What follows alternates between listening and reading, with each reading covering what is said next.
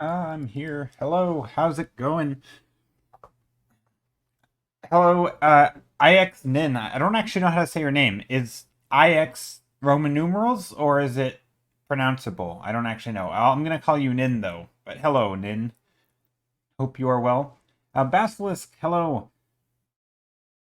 I wanted to do this animal project for a very long time. I'm a workaholic. Don't be like me, rest. Well, yeah, I mean rest is good, but I feel like you just I don't know. I feel like when you're awake, right, and when you're not resting, I feel like you're very productive. I waste a lot of time. Ooh, this is beautiful. I love this so much. Oh, wait. Okay, so I've seen the one with the sky. I don't know if I've seen the other two. I really like the one. Actually, I mean, the stick. I assume those are stickers because the white border, but those are wonderful. The stickers are amazing. I really like the sketch and the texture that you have it on. Makes it look very like the papery texture. I love those sketches and just like the arrangement of like the side view and the front view and all the stuff. That's very cool. That's really cute. I love the one playing with the ball or the bell. It's great.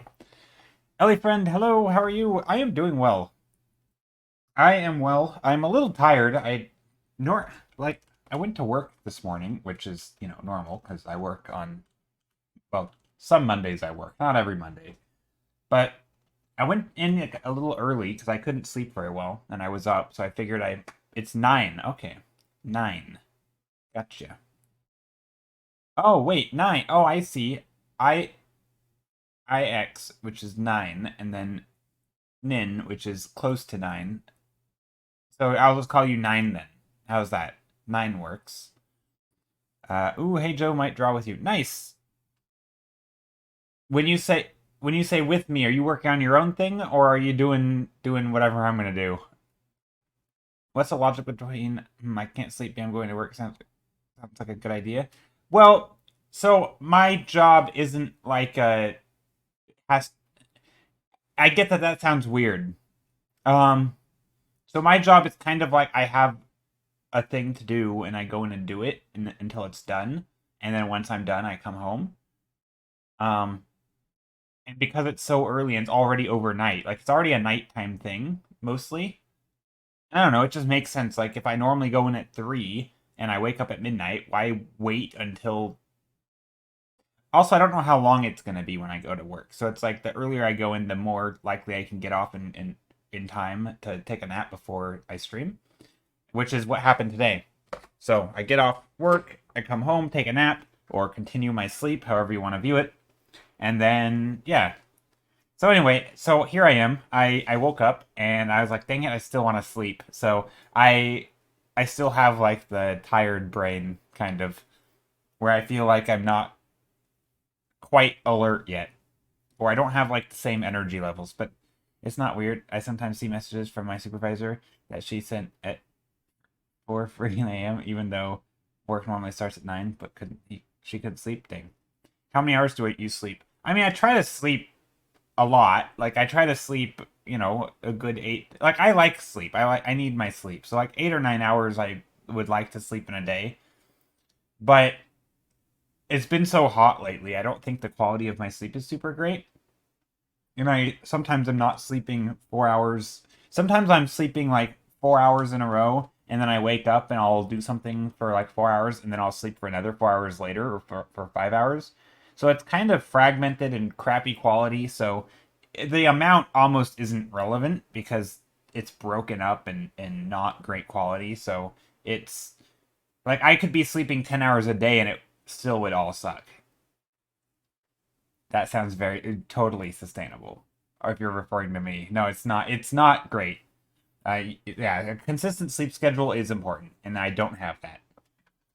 Anyway, I'm gonna paint. So this is what I did last stream. We did a bunch of thumbnails. They looked like this or something similar. No, they were this. This is what we did last stream. Actually, I'm gonna bring this one back right at the start because it looks nice. There. We're just going to start with that one in the corner. And I'm going to do some thumbnails. We're going to vote and then end up with a painting. Hopefully something like this or better, because this one, I kind of didn't like the way I did the vignette thingy around it. And I don't know. Whatever.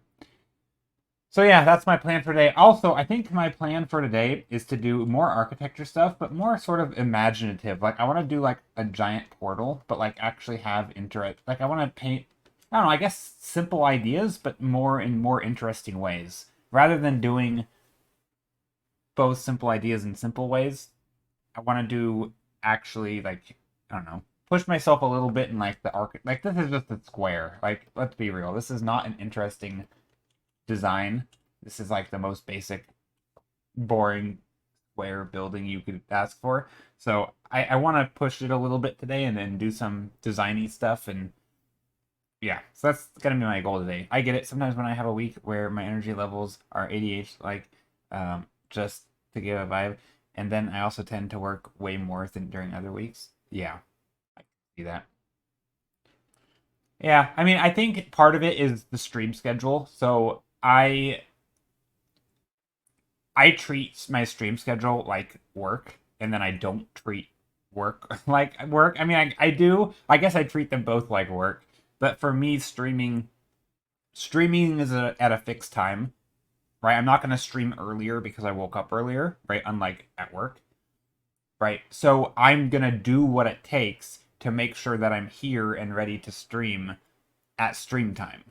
If that means, but I also, it's like having, I don't know, paperwork. To me, work feels like, oh, I have to do, like, I don't know, clean the dishes and, do something that's important, but the time I do it isn't that important. Like, it just needs to be done, right? And once I'm done with it, I can come back home. Whereas my stream is at a certain time. So it's kind of like, oh, if I'm awake, I might as well be productive. Let me just go to work, I'll get the stuff done, and I'll come home. Whereas stream, it's like, no, this is at a set time. It happens, the same Monday, Thursday, Saturdays, same time, every one of those days. And so yeah, that's kind of how I treat it. It's a little different. So how do you time management to make sure you complete everything? Well, I mean, I know it's, first of all, I will never have to stay really longer than 8 hours, right? It's always going to be less than 8 hours, almost always. So I know that, like, for example, technically, the latest I will need to go in is like 3, right? If 3 a.m. because my stream starts at 11. So on a very busy day like today, where I don't quite know how long it's going to take, I only have like a rough estimate that I know of from the day before, or maybe a couple days before. So then I'll just go in at like today I went in at 1 or midnight-ish. I don't know exactly. I think I woke up at midnight.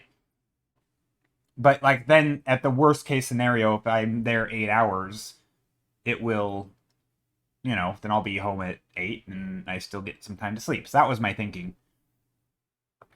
Anyway, okay, art time, painting. So I do want to do some architecture-y stuff. I think first one I'm just gonna sketch in black and white to warm up.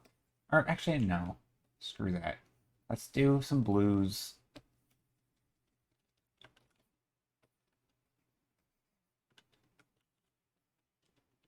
Oh crap! I said it again. I actually caught myself when I said it, but I didn't want to say anything. I was hoping I wasn't caught. I was hoping nobody caught it. I'm probably gonna say it a lot today. Okay. But yeah, I'm trying to. I just want to find some fun color palettes, and I think my goal for today again is to sort of do some sort of, I don't know, like taking a fantasy element, sort of like a tower. It might just be a simple thing like that. But then I'm gonna. My alarm goes off. Yeah.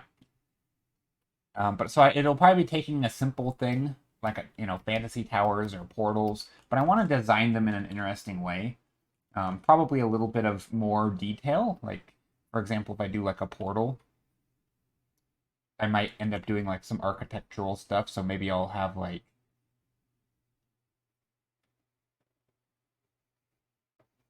see, how do I do this? So be up top. Maybe there's just some interesting shapes.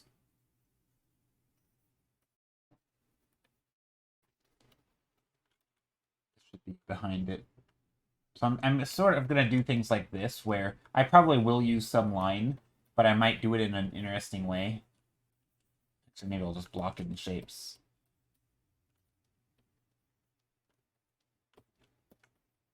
I don't know. I'm not quite sure yet what I'm going to do. Still figuring it out. I guess maybe I'll start the same way I normally do, but with blocky shapes. Also, okay, so yesterday we were watching, or every Sunday in Discord, we watch art videos or tutorials or whatever. Lately we've been watching Bobby Chu talks or interviews with artists. And for like many times, different artists, and I've just heard different artists mention it many times, which is always the book Art and Fear, which is a book I've read at least twice, and I never really cared for it, but people keep talking about it. And so yesterday in this interview thingy, this person mentioned it again, and it's like, it's like, but I had kind of forgotten about the book because it's not a book that is like, I've seen people quote it on Reddit and different places, and I'm like, okay, I kind of forgot about the book because it's not that like, it didn't really resonate with me that much. Um, and so I re-listened to it on audiobook last night.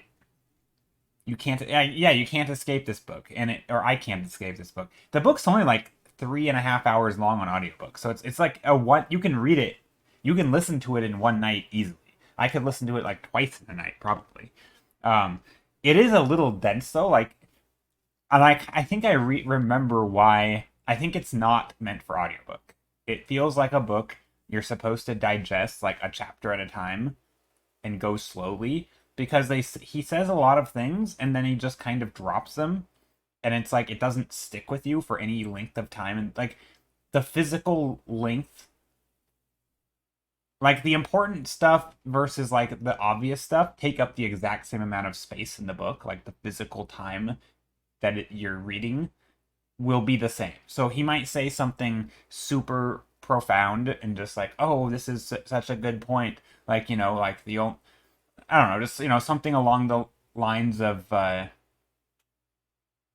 hopefully it's not like no, it's more with things like regarding like how you get enjoyment out of your work, and like, making sure that you're doing it for yourself and not other people. And it was written like, I don't know, probably in the 80s or something, maybe, or maybe it was written near the 2000s, but it was kind of geared towards like an older person who has worked with, so it's not like it took the age of the internet really into account, and it didn't take social media into account, but it's still relevant. Like, you can tell the people who wrote it, they were written by two different people, or two people together.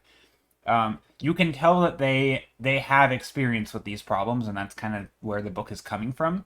And it's very much talking about like getting external validation and like all those kinds of things, and it has a lot. He does, like, there's a lot of good points in it, all the good stuff. Yeah. So I mean, anyway, the point I was making is, so the book does have a lot of really valuable things in it that people, let's say today, who are struggling with making art, and maybe trying to figure out what, if they're doing it right, maybe they feel bad about their work, all that kind of thing, like, oh, do I have a future in this, why am I making art at all, and like it kind of addresses those questions, like, right. And so I feel like it's a relevant book to people, especially people dealing with like social media stuff, even though it doesn't address it directly. But the time spent on the stuff that I feel like is sort of important and profound, then he'll just like spend the exact same amount of time on stuff that is like kind of a no-brainer. And so it doesn't really feel like a great book for me. I think it's more for like the artist who is really struggling, and like struggling mentally. It feels like it's kind of I mean, it's kind of like a self-help book for artists. which it's I don't know. I think it's oh I don't know. It's I still the third time reading it, I don't like. I kind of get why people quote it and stuff, and they keep bringing it up. But yeah, it's not. It's I struggle to like basically the premise of the book is just make art, like just do it and stop worrying about everybody else because you he basically makes an argument for why you shouldn't worry about what other people are doing, right? That's like any of the problems regarding like social media and all that, like he addresses it in the sense that he clearly defines why all these things feel important to us to get validation and to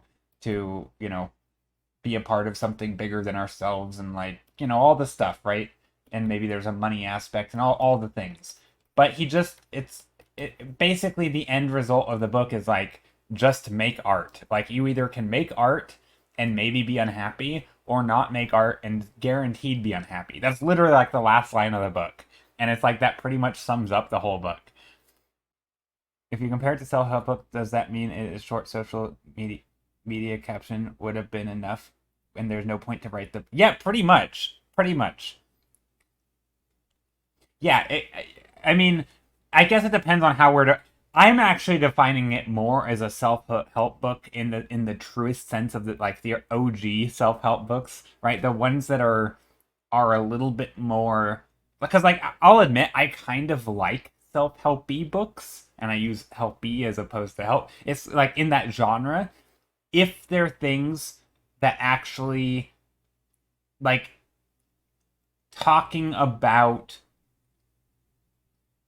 actual subjects rooted in science and sort of saying here's how it can affect this thing. So I mean I think Atomic Habits is probably an okay version. I haven't actually read Atomic Habits, so I don't fully know, but I believe it is, or by my understanding, that book is very much rooted in like current understanding of habit formation and the psychology behind like the science around habits, good habits, breaking habits, making habits, keeping them sort of different routines. Like it comes at you from a very like this is modern day's current best understanding of this thing. And so it's not just like, general words of wisdom. It talks about like it's educational as well, right? So it's not just to make you feel good. It sort of comes at you with some facts. That's my understanding of the book. And I think that kind of book I actually like. I enjoy that kind of book. So maybe I'm biased, and I think a lot of people would call that self help, and I think even that might even be the real genre of it. But I don't like I don't know I feel like there's also self help books that are very much like just think happy thoughts and you'll be happier kind of thing, and I think that is so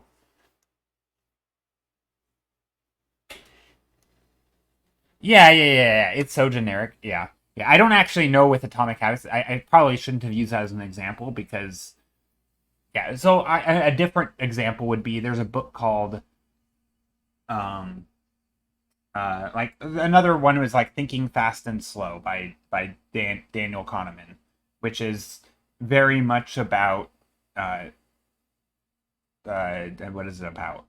It's, it's very much about like the automatic responses that like not habits but like um sort of how you function in the day and how you automate processes away and sort of you do a lot of things on autopilot and even things where you think you're doing intentionally really aren't, but then there's occasionally there's times where certain tasks will require you to slow down and think things through and you sort of have these two different modes of interacting with the world. And then he kind of goes into like all of the pitfalls of it and how it screws people up and situation, and it kind of along the lines of that, right? And it's sort of it's a sciency book, and like this guy is like a Nobel laureate person, whatever you call it, uh, in that specific field, and he's talking about like his own research and other people's research and his experience as like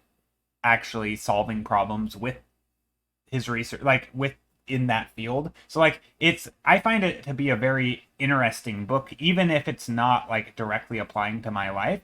So I find that just interesting because it's an interesting topic. And I think there's another book that I really enjoyed that was called, oh gosh, I don't know what it was called. Yeah, but it had something to do with math. It was basically around math and probability that kind of had to do with like um coincidences and how people like to see the magical and the mystical in things that they perceive to be like crazy, insane long shots, but how he's like, well, it's actually not that insane, and it's like it's easy to assert some sort of importance to these crazy, wacky coincidences, but it's like if you take the grant, if you take all the things happening all the time, it's like it's pretty obvious things are gonna line up and sound really coincidental. Like, the classic problem is like the birthday problem, which is basically says if there's like, 23 people, and I might get my numbers wrong. If there's like 23 people in a room, there's a 50-50 chance that two of them share the same birthday,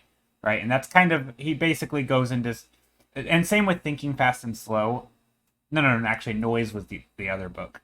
But they're both kind of like, they sort of both kind of hammer home how we as humans are terrible at statistics. Like, we are just not hardwired to think statistically. And so a lot of these problems that we face in our day-to-day lives kind of require us to, they're statistical problems, but our brains just can't comprehend them. So we like to assert, like, other things to it. Or, the Monty Hall problem is a good example where people just, their brains break sometimes. Like, even literally yesterday on Reddit, there's a post, it's like, what is something that's 100% true that people still don't, like, they still don't understand? And someone was like, literally just math. Like, the Monty Hall problem is an example.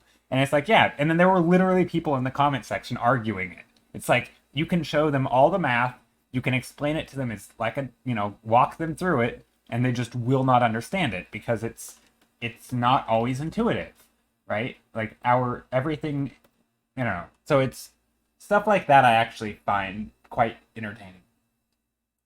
I think the best self-help is actually listening to science podcasts. Well, yeah. So a lot of, like, for example, a lot of times the people on science podcasts, like when they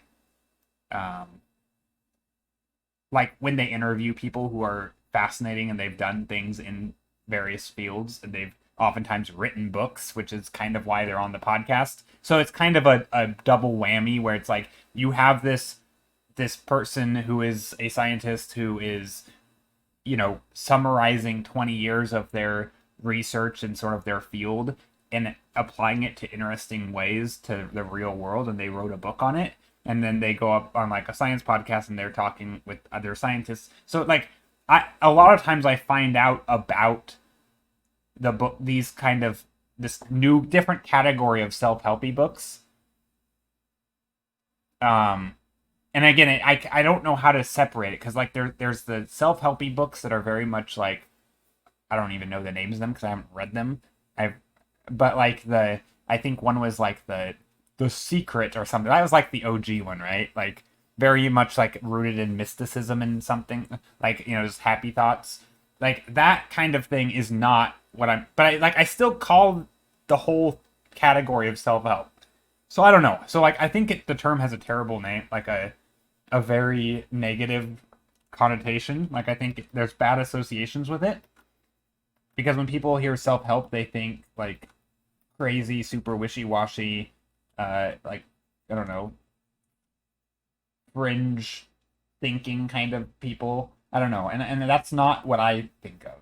Like a lot of times, yeah, anyway. But yeah, I totally agree on the best self-help is listening to science podcasts. I agree. I think anyone who, yeah, is tackling real problems from an science perspective, and oftentimes there's counterintuitive results, which is why I like the ones like, I think Noise is a really interesting book. From what I know, Dale Carnegie is one of the daddies himself. True. Yeah. I have read that and I thought it was garbage. And the reason I thought it was garbage isn't because the stuff isn't valid, because sure, it's pretty common sense, but also a lot of the things are like, I mean, and it's funny because I've actually mentioned this before, like in terms of interacting on Twitch. So like people are like, oh, you just need a network, and they're like, okay, well, how do I do that? Well, you just have to go in and genuinely make friends with people. It's like, well, hold on. If you think of it as networking, then you're not making like that's then you have an ulterior motive, and therefore you're not doing it genuinely. So it's like, what good in? How can you just tell someone to go out and make he just fills the book to no end with stories that could be true but also random. Yeah, yeah, exactly. It is very much a yeah. I feel like his book is very much self helpy. It's very general, and it's like this person did a thing that I said that you kind of already know to be true, and then it worked out for them. It's like, yeah, no kidding. You were nice to people and they liked you, and you actually cared about them and they liked you. Um, but like, so for example, the point I was making with Twitch is that like, I think if you want to grow as a Twitch streamer, or at least start out, it makes a lot of sense to have people to show up to your first stream. You're essentially starting out on a huge leg up, right? If your first stream has 10 people in it because they all actually want to support you, you're going to be way more successful on Twitch than you ever will if you start at zero and you're just trying to let the algorithm or whatever recommend you to people. Like, you will never succeed if you just do that, probably, right? But if you actually go out and hang out in people's streams, make friends with them, right? You engage with them, they talk to you, you get to know them, you spend time in their communities, and then lo and behold, at some point it drops that, oh hey, you've been streaming for a while. Guess who's gonna want to show up to your stream and hang out and support you?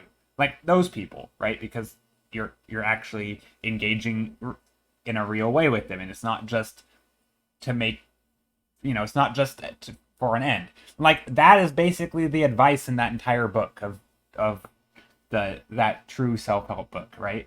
The Dale Carnegie book. If I ever, I'll absolutely show up to your streams when you start streaming. I mean, it's I say this, but also like there's the obvious caveat, which is I can't always be at everyone's stream, and sometimes I'll lurk and like I try to be at people's streams, but like especially early on when people are starting, like I'm totally supportive. But yeah, at some point it kind of tapers off, and I stop showing up as much because I still have my schedule that sometimes when I'm on stream and sometimes I'm not. I think Basilisk is a good example of this, where early on, I try to show up to all the streams, and at a certain point, it's like they have their schedule, I have my schedule, and I'll lurk and stuff sometimes, but it's not like an every stream thing, right? But I think the point still stands where you sort of the people who show up to your early streams typically are friends, right? It's not just random people out on Twitch, right? And then from there you start building up. Anyway, I don't know where I'm going with this, but plot twist, I'm actually friendly for a year as prep. I mean, it's funny you say that, but it's like that's still a huge time investment on your part, right? So it's not even if it were all a sham, it's like, is it really though? Like you're still interacting with me often, you're still here supporting me in a very real way. Like even if it were purely transactional, you've still upheld like you've still given far more than you are essentially asking, right? Like even if you were totally trying to get me to show up to your stream, like it's worked, right? Like it would work. Not because of like again, it wasn't slimy. Like you've literally invested a crap ton of time here. Like I wouldn't right? So I don't know, that's how I think about it. It's like, yeah, it kind of makes sense. And I don't know, I guess I could write a self-help book about it. But anyway, that's not what we're talking about. Invest in my future as a rich aunt. Yes. But yeah, I do also agree that there are. Oh, and anyway, I guess I just said anyway again. But the point stands. I do think there are a lot of really interesting quote unquote self help books that are much more like science education books, sort of framed as practical. I guess that's the way I would describe it. A lot of books are sort of science based, but they're made to apply to actual people as opposed to just being a thing. Give me your time, wahaha, I don't stream. Is it only slimy if I kind of trick you into thinking that I invested in you but actually didn't? I mean, I think look, you know that isn't there that saying like if you pretend long enough, that's just like if you pretend to be nice to someone and actually like for example, gonna use okay, I don't know why, maybe it's because I'm gonna call my grandma after stream, but imagine like I'm not actually a nice person, right? But there's people in my life that I still care about or that I pretend to care about, and so I call them up and I help them out and I be nice, but there's no reason other than like I'm just pretending to be nice, and so I want to look like I'm being nice, so I actually go and I be friendly and I interact with them and I spend time with them. But like secretly I'm not having a good time, but I play it convincingly. Like if I do that for like my entire life, did I not just act out that like am I still a bad person? Maybe, but like does it really matter? I don't know. It gets kind of weird and philosophical, right? Like if you only pretend, if you're always doing nice things, right? If you make people's lives better and they appreciate you, like I guess it's kind of messed up if you don't appreciate them. Like I'm not claiming this is how I am because I'm not this way. But would the other person know? No, exactly. That's the point, right? They wouldn't know if you don't tell them. So like would you be a bad person? Like maybe. Again, I don't think there's like good and bad, right? I think you're behaving good, right? You're being a person. And again, I'm not arguing really. Like I'm kind of playing devil's advocate here, and it's more of a hypothetical. It's more of a hypothetical here. So you would approve of Mr. Beast? Yeah, I think so. I mean, I think some of the stuff is kind of weird. I'm not a big fan of. I think the whole concept of destroying things for entertainment. I don't know. It's always been kind of gross to me, but I don't like the idea of like. I feel like there's better ways to do that, but that's literally like a non-issue compared to what people's actual grievances with him are. I don't. No, I think yeah, I think he's fine. I think if you want to do stuff, I mean, assuming it's actually authentic. Like I don't know if he promises. I know a lot of YouTubers have the habit of like I'll bet you $10,000, and it's like they're not really gonna give each other $10,000. Like they're just making this ludicrous bet because it's in both of their benefits to do it, and so they just like there's stuff like that where I don't agree with, and I think the whole fascination around money is kind of silly, and I think that's kind of not great. I don't think it's a great attitude. Like the messaging isn't great, I think. But I think if he's actually helping people, but also making a profit off of it, I think that's fine. I don't think there's necessary. Like I don't think you have to be like I think it's kind of a lie or a myth that people are purely like even people who do things completely altruistically still get something out of it, right? They get a moral thing out of it. They get a social thing out of it. Even if no one knows they do it, at the very least, it makes them feel good because they know they're being good, right? It makes them. It makes you happy to help people, right?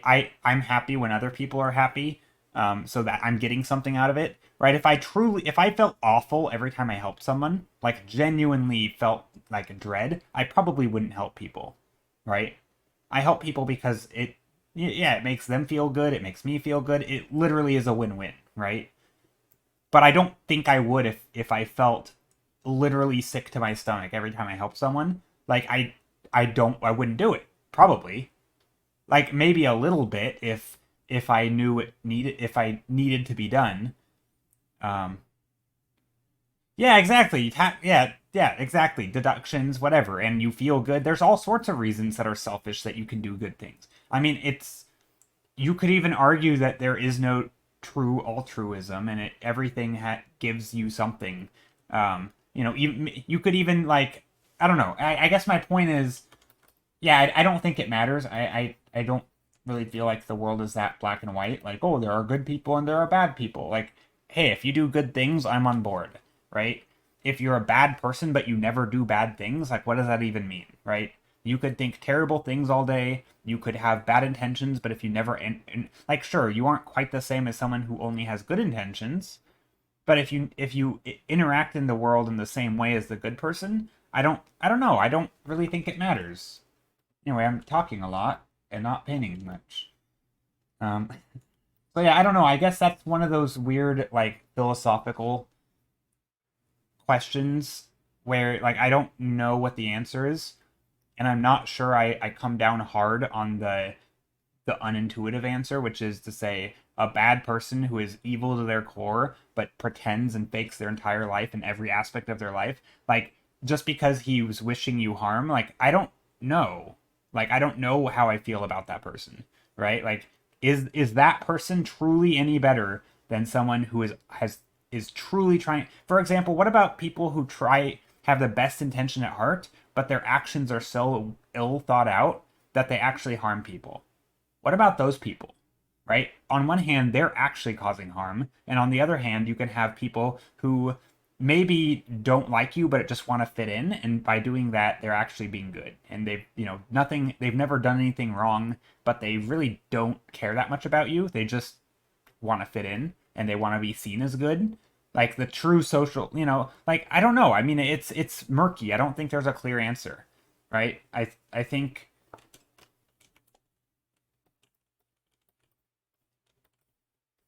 Yeah.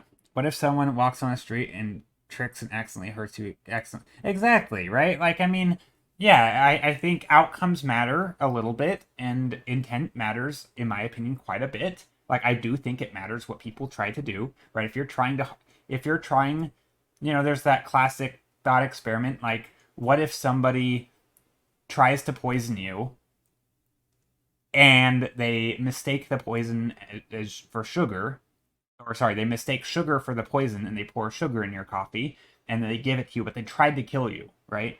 Is that person better or worse than a person who is honestly trying to give you sugar and they accidentally put poison in your coffee? Which one's worse? Well, probably the one who's trying to kill you, right? Like, one is an accident, the other is attempted murder, even though they failed. Like, yeah, intent matters, right? That person is not someone you want to be around. Hey, Taps. So, like, yeah, it's a bad person who's trying to kill you, but just sucks at it. But like, what if you just because they are murderous and also stupid? True. Yeah, in the long run, it's gonna cause problems, right?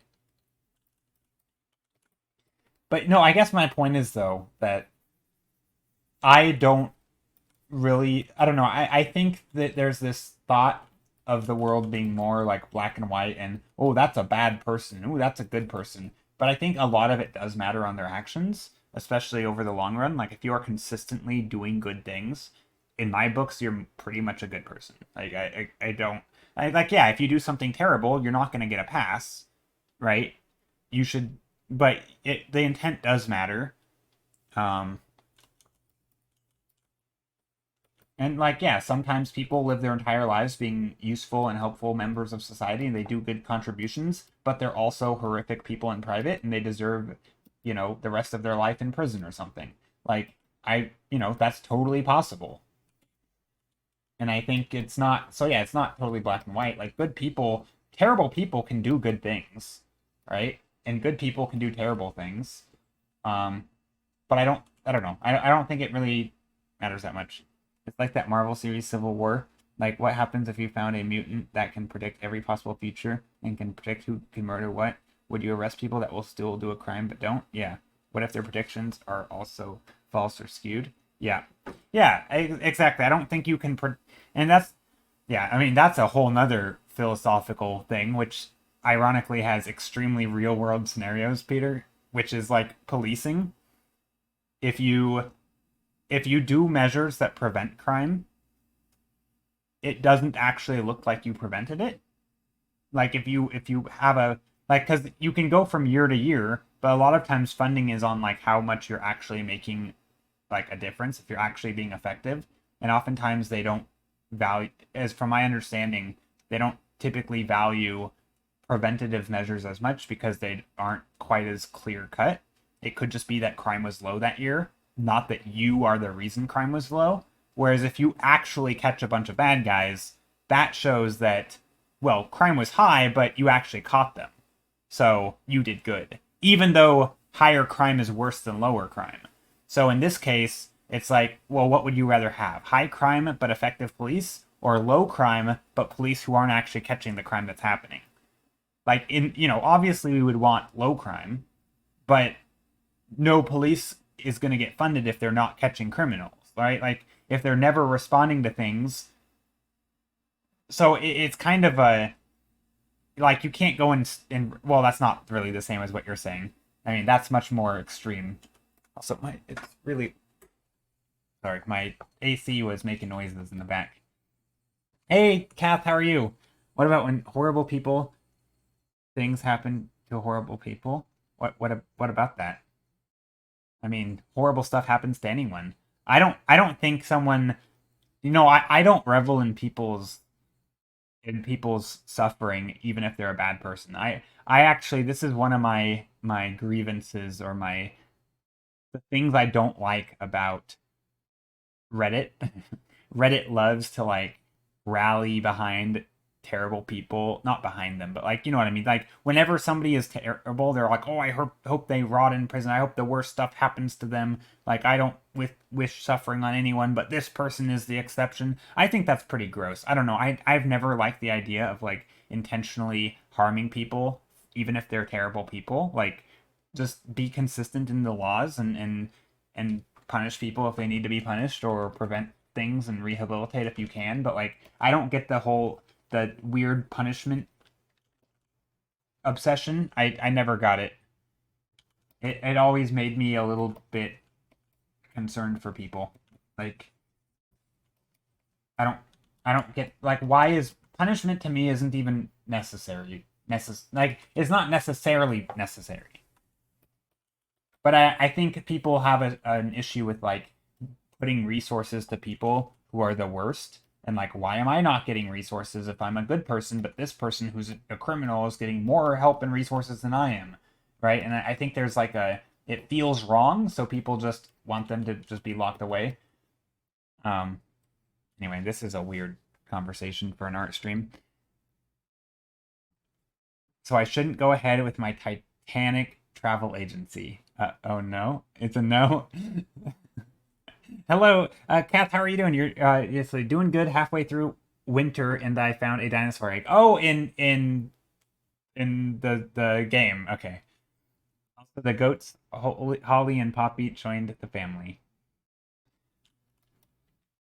Okay, let's do some interesting stuff here with this painting. I think I'm gonna do fewer thumbnails today because I'm kind of in the mood for just taking it a little slower since I'm a little tired.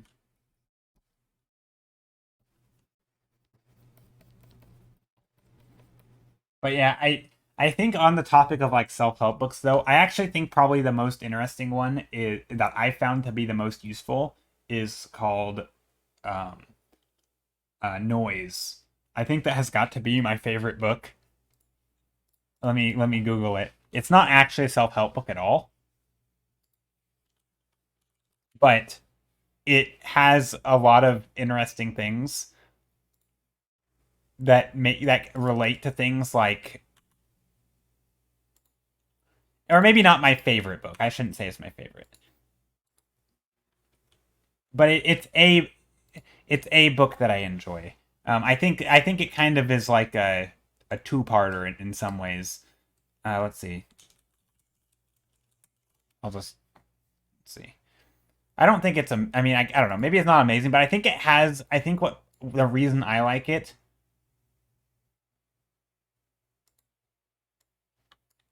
What in the world? Why?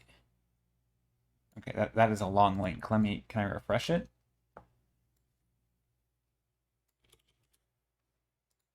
Here we go.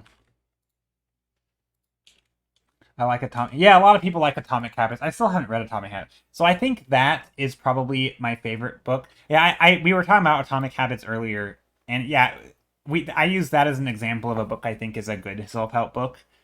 It's because it's actually based in science, whereas this book is more science and less self-help. But it's I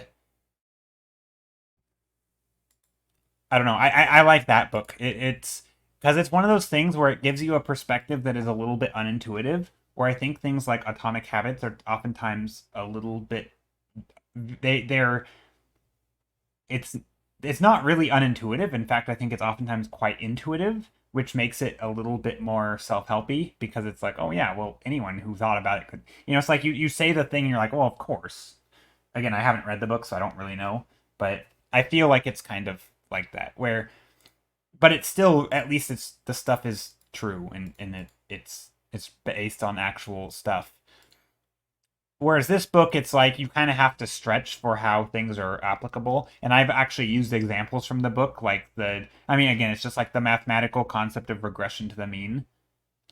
Um, and like, telling the story of people who thought that um, negative, like basically punishing pilots who were doing bad and saw real results in them in doing better, and then they would praise pilots who are doing well and they'd actually do worse. So they were like, well, I should just stop praising people and start punishing them because punishing them makes them do better. And this guy comes in and he's like, well, hold up, you have this way wrong. The science not only doesn't say that negative reinforcement is worse than positive reinforcement, but your results are garbage because that would happen even if you didn't praise them. And he demonstrated it by basically having everybody like do this thing that has essentially it's an activity that has noise in it, meaning there's variance. And like he drew a circle on the ground, and this is a story he tells. I don't know if it's true, but the point stands. He drew like a circle on the ground, and he had everybody toss like stand backwards to the circle and toss like a coin towards the circle, and trying to make it into the middle of the bullseye. And then everybody who did terrible, like he wrote their names up on, depending on how far close to the bullseye you were, like they measured it out, and whoever did really bad, they yelled at them, and then whoever did really, really good, they praised them, and he showed that it doesn't matter what you say to them, the people who did the very best got lucky, and they're going to do worse next time, probably. And the people who got really, really unlucky are just going to do better next time because, like, chances are they're going to not suck as much because it was totally unlucky, right? So it's like if you take things, anytime there's a system with a bunch of random chance in it, the worst of the worst is going to do better, and the best of the best are going to do worse. And he's like, you can see this in golf, you can see this in all sorts of things where if you have a really good lucky first day, it's not assumed that you're going to keep doing lucky, right? Like you're probably going to slip a little bit, right? Of course, there's still skill, but there's also luck, and that luck is the noise, right? And as opposed to like a bias, which is like a directional being off by a certain amount. Anyway, so it's kind of like a mathy book, but he has real world examples. And there's other stuff, and like he goes into like forensics and various fields where there is noise and explains how even some of the things that we think of like as super hard, concrete data in science, there's tons of noise, right? Judges have tons of noise. And again, the conclusion of the book could be summed up pretty easily, but the essential thing is anytime humans make decisions, there's going to be noise. And he distinguishes noise between bias. There can be both bias and noise, but noise is not as easy to identify because it's more or less random. But it still means that judgments are going to be off and wrong. And I don't know. I found that to be kind of, I don't know, like a nice. I mean, it's kind of obvious, but I think the explanations and behind it were really good. So anyway, that's my, yeah. If I get yelled at, I'm throwing any more balls though. Only throw balls at the yeller person. Yes, don't throw balls at people. That is a good takeaway. Beautifully put. I don't think that's what you were saying.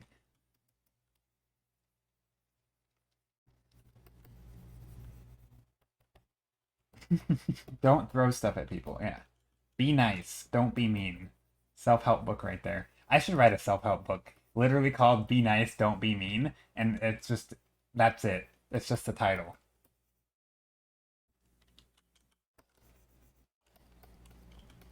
I think I could make a killing. No, throw balls at people. Oh, okay. So you should. Gotcha. Well, I've been doing it wrong then. Okay, what do I want to do with this paint? Gosh, it is so hot in here. I cannot focus. It is really hard to paint when I'm cooking. What? Oh, if they yell at you. Okay, I see. Can I be a co-writer? Yeah, you can be a co-writer. Wrecking balls? Only throw balls at grumpy people. Yes.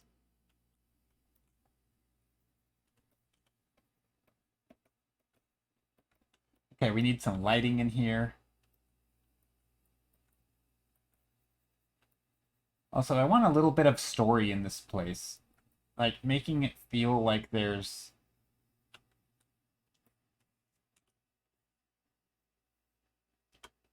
Making it feel like there's actually space in here.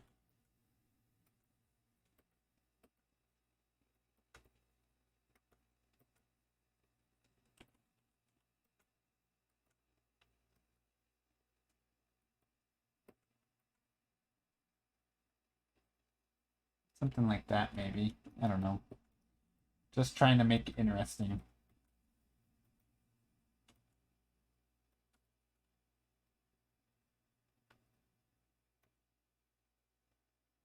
I don't know. Something like that. The 10 Habits of Successful Ball Throwers. The Subtle Art of Throwing Balls. Yes, exact. Beautiful title.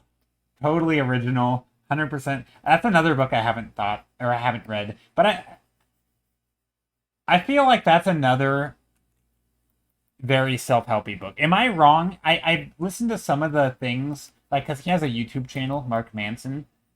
I feel like that is more in, like, the real self-help, like, the fake self-helpy book than real self-help. Like, I still think he has, there's, again, I think there can be wisdom to some of those things, but, like, I think sometimes it's just a little obvious, like, super generic. Yeah, it is. It definitely feels more like a generic self-helpy book, right? It doesn't seem to be based on much. I feel like the thing that makes it resonate with people is that it's a little bit more crude or something. Some of those books sound so cringe. Yeah. I'm already getting publishing deals.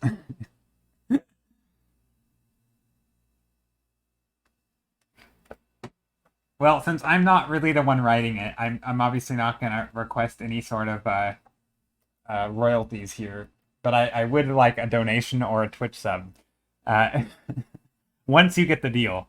But who knows? There might be something good in it. Yeah, I think so. I listened to some of his YouTube videos, and I mean, if he's gonna make content about the book that he wrote, like, it's gonna have a lot of overlap. And I think I've heard a podcast of him. It's like I feel like the thing that makes it feels like just another self-help book, but geared towards sort of, again, just in the language that resonates with people of today, as opposed to, like, the the what's the Dale Carnegies of the world, who are like 110 years old and feel you sound like he's still living in the 1900s or something. Like, it just doesn't feel like it quite resonates. Like, back in my day, you know, like, it kind of, the whole book has like a, back in my day, we talked to people face to face, right? And it's like, just talk to people face to face and you're gonna, be friends with them. It's like, get off your phone. It has the vibe of like someone who never used the internet because he probably never used the internet. Um, so yeah, I feel like some of the new self help books. Anyway, I do think self help books are a funny topic because I have a weird relationship with them because I kind of like them.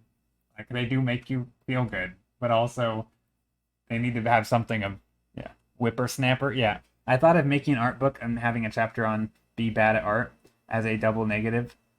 Wait, be uh how doing things you suck at can improve yourself, something like that. Yeah, I mean, I think there are books like that.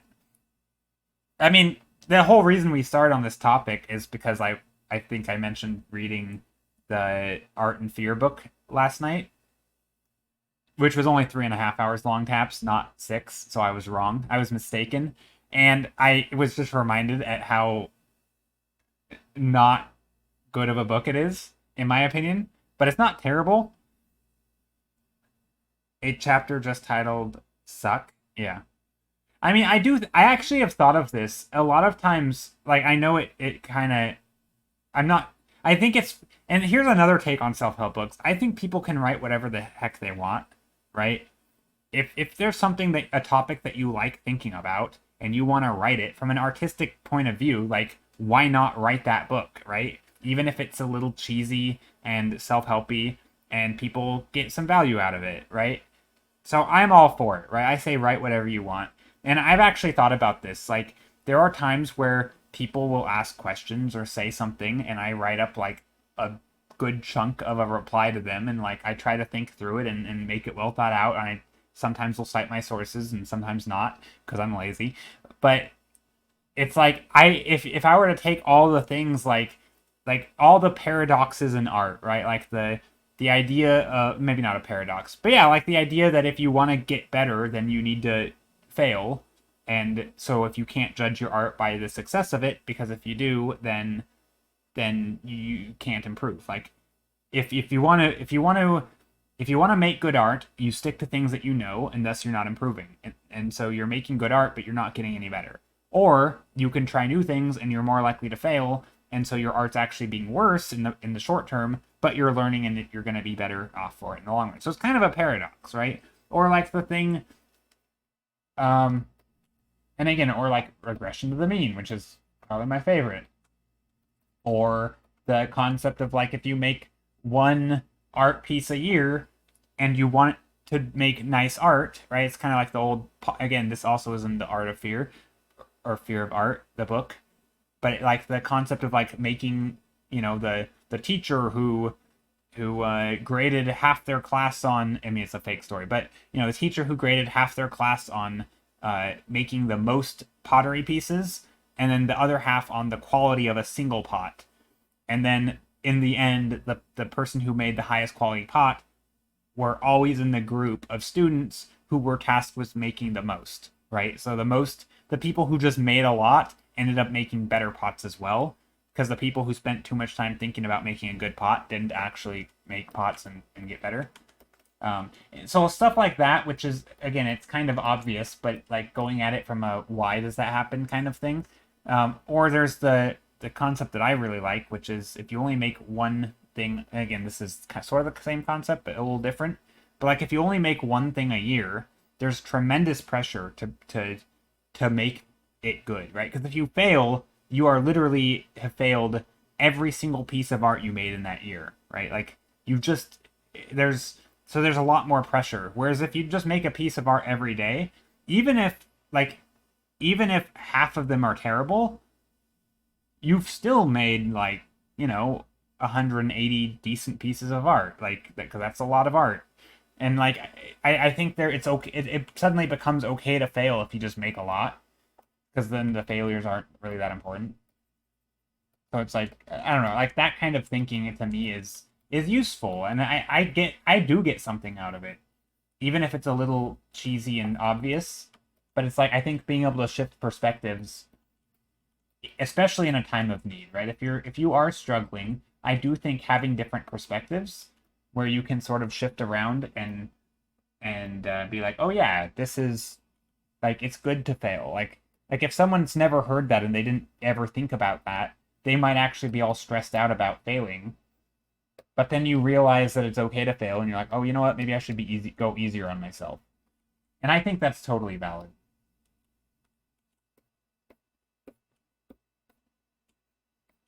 So I don't know. I am okay with self-help.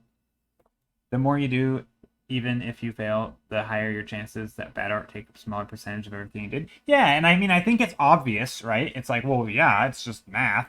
But I think a lot of people, they get so caught up on perfectionism that they truly do forget that, oh yeah, well, if I just think of it in this other way, then maybe I can just let go and be okay with failure because there's going to be tomorrow, right? Like, I don't know, maybe it doesn't help everyone, but I do think it's sort of again, maybe this falls directly into the self-help category, which is just thinking of things in a different way and having it help you, but not having any true, real new insight, which probably is the definition of that.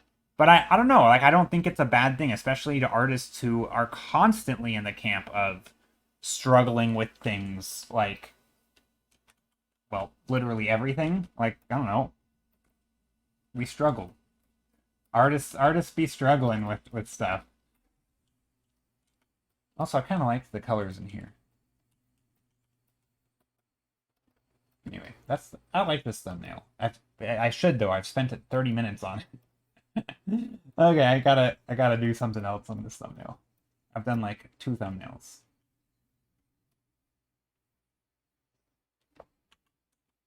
Slowest painting session ever. This is what happens when I work all day and then I come home and I'm tired and my brain is dead.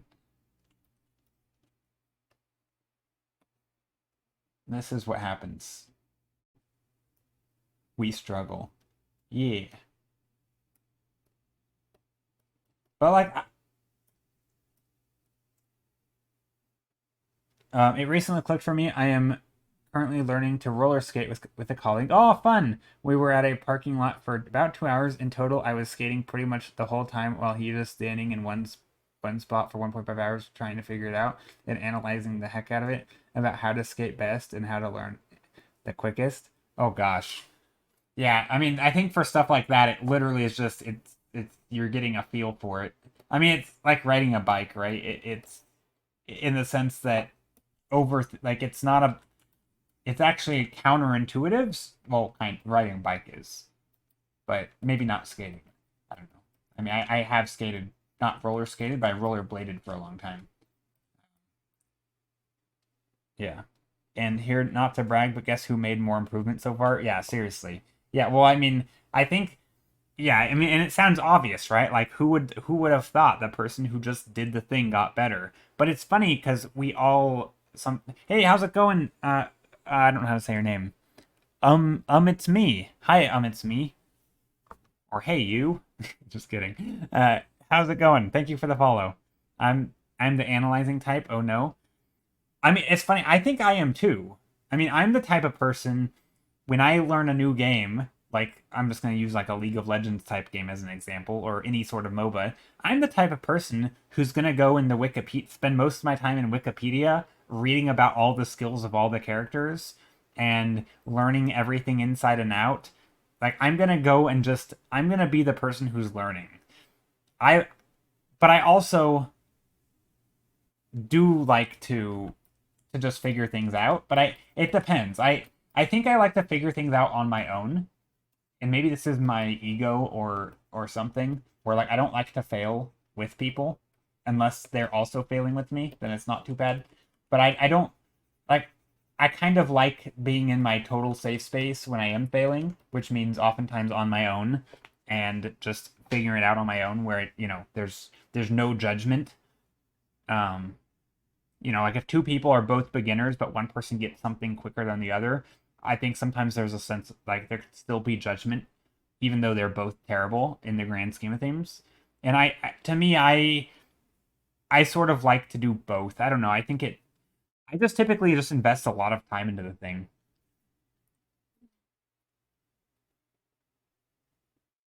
Isn't it the same for art? You will get the feel for line quality, the right colors. Yeah, I mean, I think a lot of it you will. I also think there's a lot of it you won't. I mean, for example, perspective literally wasn't like a thing until what, like I don't know when perspective came about, like the 1400s or something. I don't know when people first started doing perspective, but like the most of human history, people were not drawing in perspective. Like it just wasn't a thing they figured out, at least not to any good degree, right? I think knowing that things get a little bit higher up on the page as they get far away, right? That was a thing.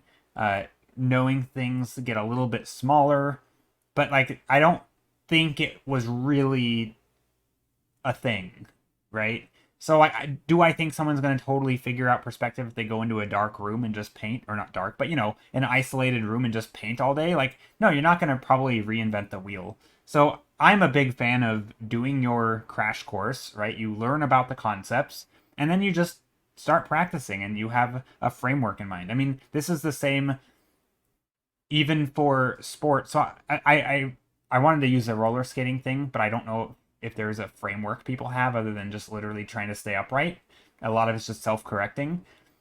But for a lot of things that again, a lot of skill tasks, even like soccer, right? If you have somebody watch a game of professional soccer or like intermediate soccer before they ever try to play, they're probably going to be better, right? Because they're going to have some framework of how it's supposed to be played rather than purely going in blind. So I do think having like, you know, a lesson on perspective, right? And then you can go and figure it out because you understand the thing. And so now you just have to go and do it.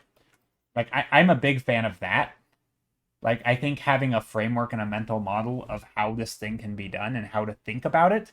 That way, I mean, this is the same for languages, right? I mean, I've been doing Duolingoing a lot, and not to say that I'm good at it, but like if you already know something about a language, like certain things are gonna come easier to you than if even probably when you're learning it the first time, right? Like I can spell words in German now after I hear them a little bit. Like I'm not amazing at it, but like I've only been learning it for a half a year.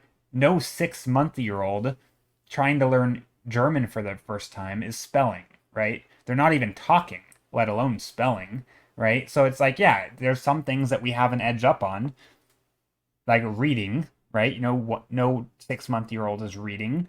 You know, in terms of speaking German, I'm only 6 months old, right? So it's like, and yeah, there's basic stuff I can read. So yeah, I think having some sort of framework that to tie it back to is important, and that's the advantage of being adult. You're hopefully smart enough to learn the theoretical concepts, which most kids don't. But unfortunately, most adults lose the others. Yeah, true, true. Yeah, I mean, there's certainly things that we lose. But I think my point is that if you are learning something, the idea that just to go in purely blind and learn it, like I don't actually agree that that's the best way. But I think for some things, especially very physical things, I mean even things like juggling, right? It probably helps if someone there's probably a coach out there who could help someone learn to juggle far quicker than someone just figuring it out on their own, right? I don't know what that coach would say because I don't know enough about juggling education, but there's probably something out there.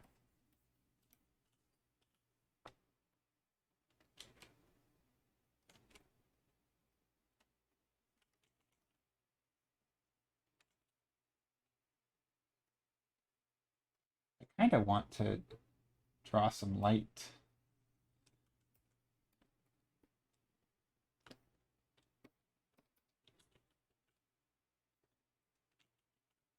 Something like that.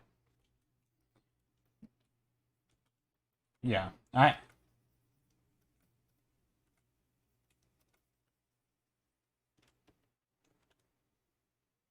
that's the advantage of adult. You are smart enough to know that you're getting the mileage and just doing. Yeah. Yeah. I mean, I think both are important, right? And yeah, so and that's also why I'm thankful sort of for like learning art as an adult as opposed to just as a kid. Like I kind of feel like I wouldn't have appreciated the things that I appreciate about learning now. Do I like this? Kinda. Maybe there's like stalagmites and stuff or stalactites. I don't know. I can't remember. I don't remember which is which. I remember there was a thing to help me remember.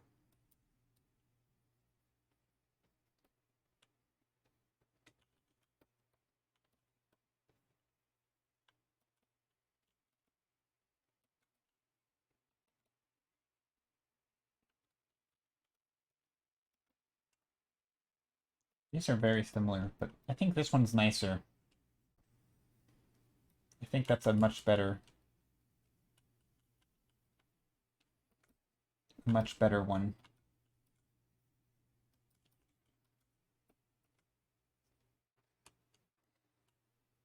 The lag might fall on your head. Oh, okay. Thank you. Lag might fall on your head. I love it. Yeah, I can never remember, and I know there's like sayings to help you remember. I don't know if I knew that saying. I don't think that's the one I learned last time.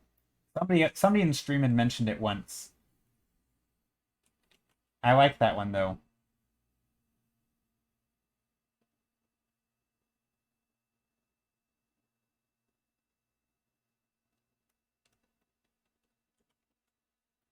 Okay. Maybe I will let's do this. Let's take this one again. I know I did this last time, but I want to just play around with this and maybe change up shapes. Edit, tonal correction, hue saturation. What? What are you whatting about?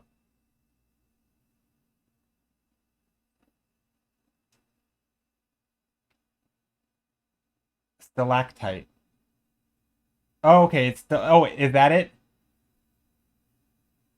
No, Joe, let's do something different.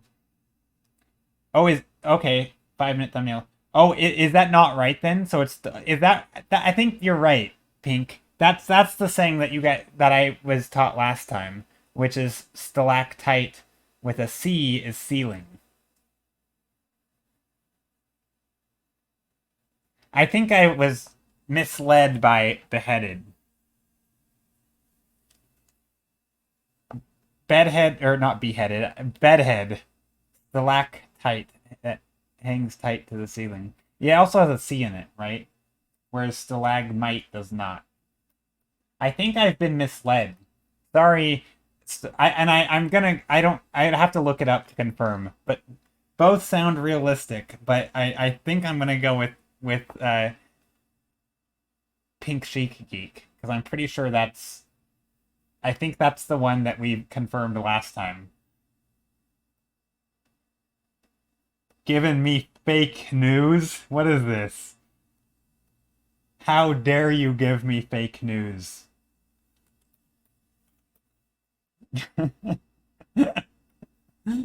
I appreciate it. But by the way, Pink Streak, thanks for that. Yeah, shame on you, bedhead.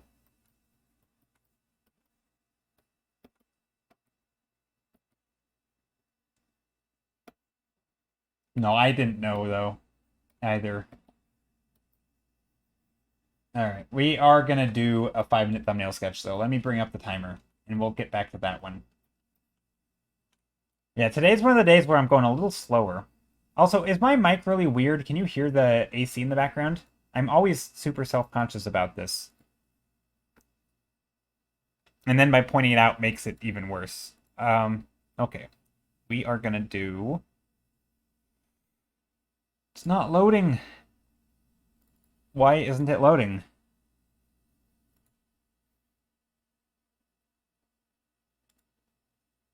Okay, let's try this.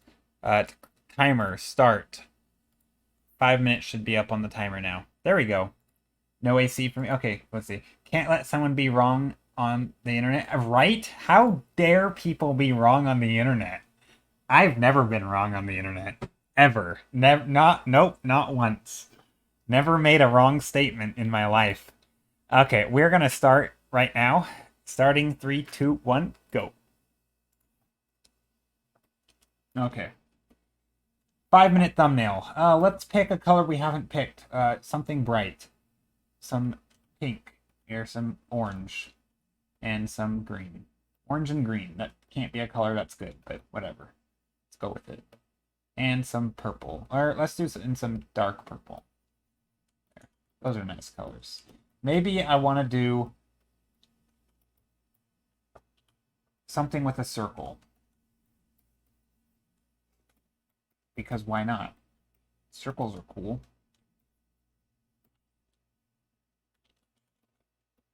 Let's go like that.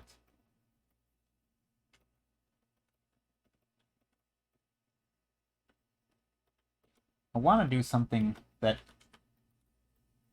I don't know. See what I want to do. I'm not sure where we're going with this.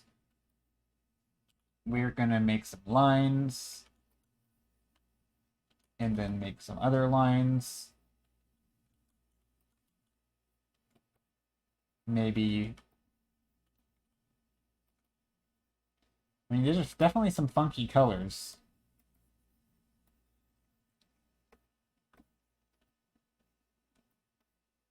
Ooh, this could be a thing.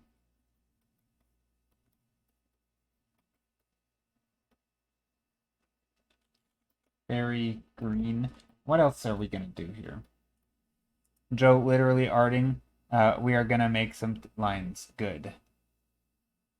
We're gonna make some lines. Did I say that? I didn't know did I really say we're gonna make some lines and then proceed not to make any lines? Oh, I think I meant like zigzaggy shapes. Linear shapes. I was gonna say, I don't think I made any lines. Also, I'm gonna turn off my AC. It makes this loud vibrating rumbling sound.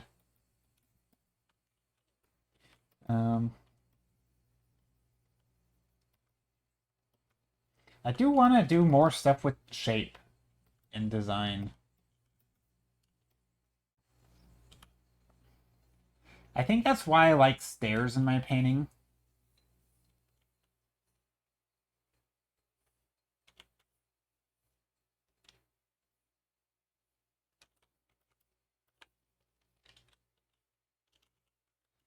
Because I feel like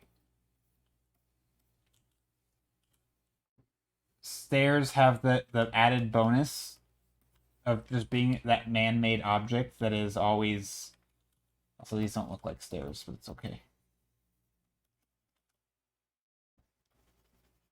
But yeah, stairs have like the added bonus of just being this man-made object that adds some life to the painting.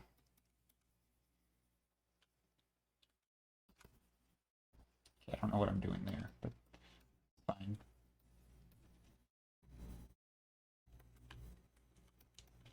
Maybe something like this. Some lines here.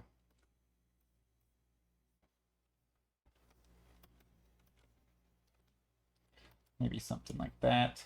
Am I okay? A minute and 30 left of 5 minutes. You said it twice. Okay,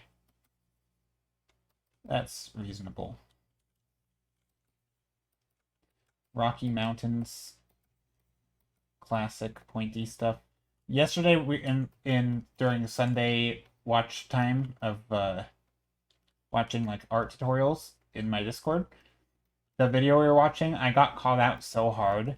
They're like, so many people just paint spiky mountains and a man with a stick. I'm like, oof, that's me.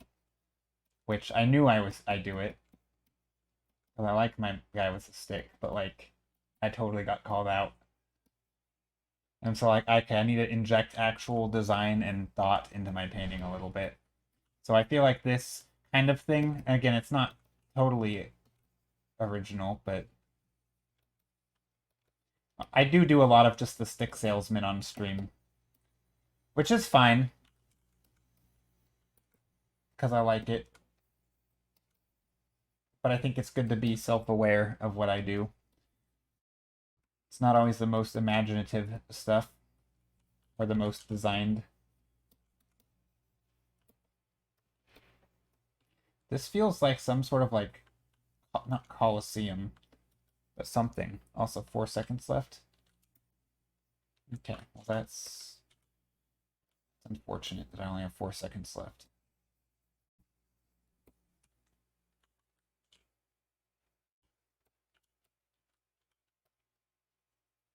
Only 4 seconds left. I said like 8 seconds ago. Okay. Alrighty. We'll just call this good for now. What if I slap it with a color dodge before I end it though? Right there. Slap color dodge. Boom. Hydrate. Thank you. I will hydrate.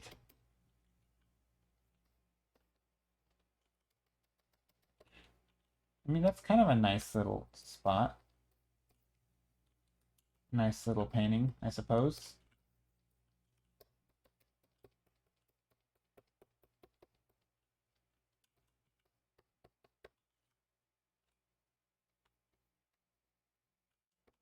Color dodge. Yeah, color dodge. It's so nice. I'm a big fan of color dodge. If you guys don't use color dodge, you're missing out. That's all I can say.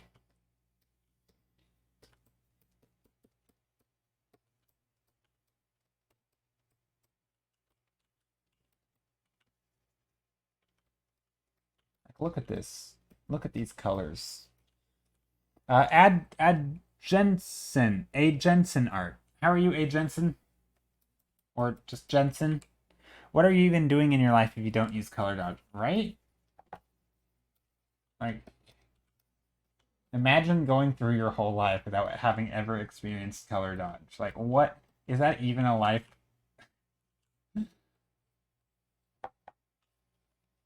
Okay. Hey, hello. How are you? Hope you're doing well. We'll put some more of these bright lights down here. All my little glowies, glowy things. Ooh, very red. No, I don't like that. Right now I'm just trying to figure out, I'm trying to correct some of my paintings or make them more interesting real quick. I did a lot of these early, or not early, but quickly. Kind of like that. That's sort of neat. I think there's something to this one that I could like. Let's work on it a bit more for a moment.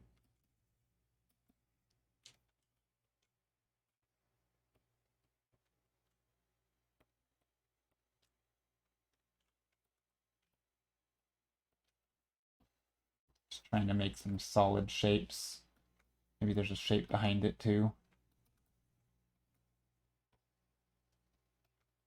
I don't know, maybe not. Yeah, I think that negative space looks better that way. This reminds me of like two fingers pinching, which I don't like.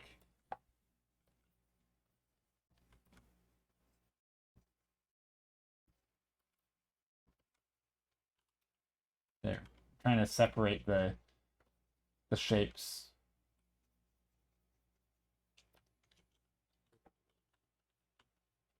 Something like that. Okay, this is kind of fun. And again, I have done stuff like this before. I mean, a lot of my paintings I've done some samey stuff before, but I think I like it because I kind of expand on ideas. And like oftentimes when I'm painting, I think of how can I take these ideas in a slightly different direction. And then even if I end up doing like more or less the same painting, I kind of expand on the thing that I did last time, even if it was like a year ago. Like maybe I make more complicated shapes because I remember last time I made a portal with these little just random floating blocks. It felt too simple, so maybe I add additional shapes back here. Maybe I want a more central focused light source that kind of shines in the middle or something. Like every time it's just a little bit different.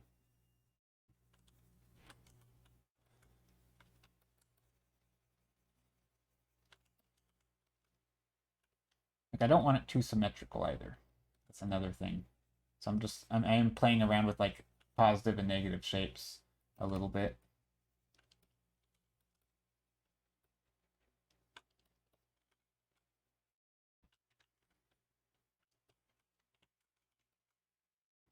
Something like that could work. There we go. I'm happy with that, I think. And again, it is kind of just our classic spiky mountains, but I think there's something to it. I think we still have a sloping plane, which makes it a little bit more interesting. But I do wonder, what if I take this whole thing and just change the color? This is what I love doing this. It's just taking the whole painting. Whoops. Duplicate, not that. Copy, paste. There we go. Edit, tonal correction, hue, saturation. Sometimes just changing the hue into something really wacky can give me an idea.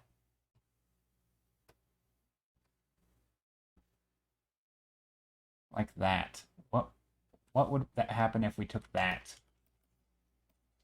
And then we did something to it, like an overlay, like a blue. This might turn out terrible, but sometimes it's fun. Sometimes doing this will just get a really nice a nice new color palette that you wouldn't have ever gotten on your own.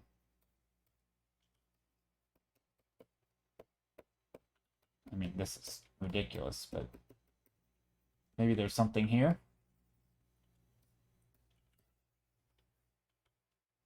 Or what about a green? No, not green. I mean, these are some ugly colors, but that's okay. I'm okay with ugly. That looks very toxic. Could make some sort of toxic scene. Not with the same shapes. I'm gonna change the shapes here, but this reminds me of like one of those tropical fruits, like a tropical starburst or something, where it's just like the colors are out of control with the saturation. I don't know why, but this just makes me think of tropical starburst.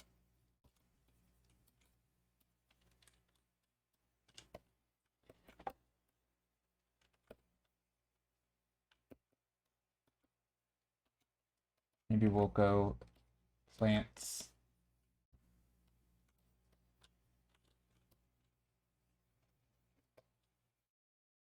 Ooh, I like this shape. So there's this thingy here. It's a good shape.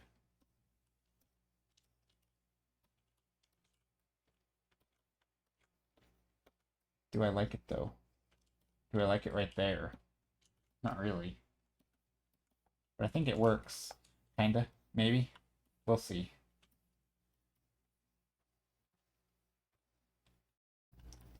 Maybe there's some plants. Again, this is something I've done before, but maybe with these colors it's a little bit unusual.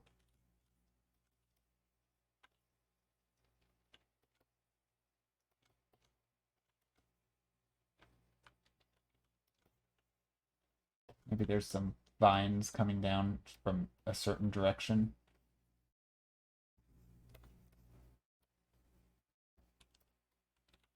I don't know, I'm trying to go super wild here. So we have definitely a flow. This is not a good spot for that. That's good. If we're gonna have like these shapes.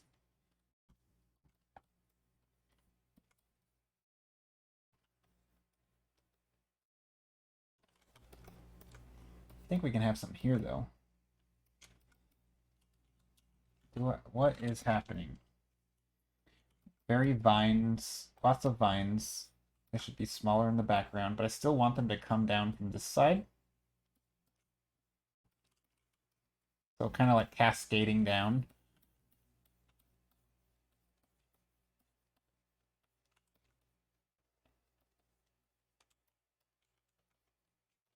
And then maybe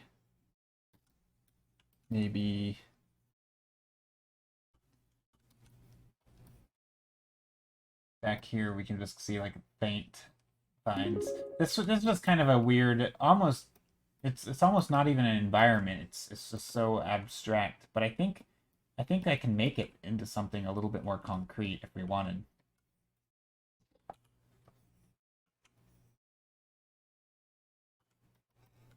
Hey Skittle, how are you? How's it going? Hope you're doing well. I just bleep blooped you with a coffee. Oh, did you? I didn't see it. It must not have. No, I'm kidding. Even though you drink tea, let me take a look. Let me go sign into my coffee. Coffee.com. Is it just .com? I don't even know. No, it's not. It's co. It must be co dash. Is there a dash in it? How do you spell Kofi? Login. There it is. Let me see. Oh, thanks. I like how I have a command here. Okay, let me see. Let me see. Ah, Skittle bought a coffee. Thank you, Skittle. Thank you very much. I'm gonna write you a message. Thank you so much, Skittle. I appreciate you. That's my... There we go. Thank you very much. How much will... Let's see. I assume it's $3, right? Gosh, I don't know. There, that was that sound. There was a sound. Did it play a sound? I didn't hear a sound. I think my alert box is still goofed up. Yeah, my alert box is still goofed up, so I didn't hear the sound, and it doesn't show on my alerts. It did a little sound. Okay. Gotcha. Well, dang it. Yeah, so Skittle, how I told you, my alert box is messed up, and I don't know why. I can't hear it. It's not muted. There's nothing about it that makes it like there's no reason it should be muted. Like you guys can hear it, but I can't hear it, and I don't know why. I can't figure it out. I've messed around with it for a while. Like it's just I don't get it. I feel too stupid. That's okay though.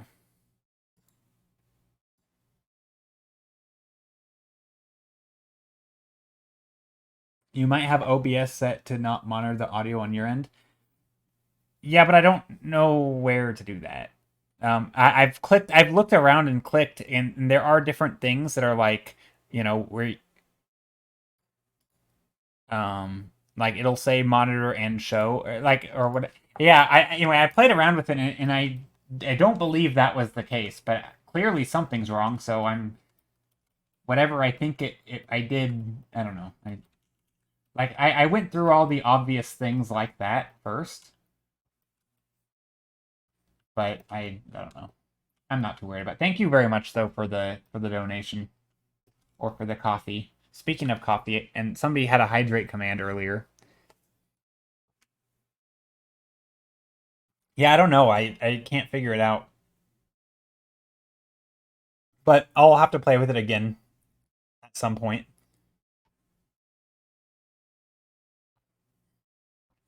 For the most part, it's okay because I have visual cues for everything. So, like, if somebody raids, I can see. If they redeem something, I can see. If they follow, it says it in chat, right? There's also my mini feed.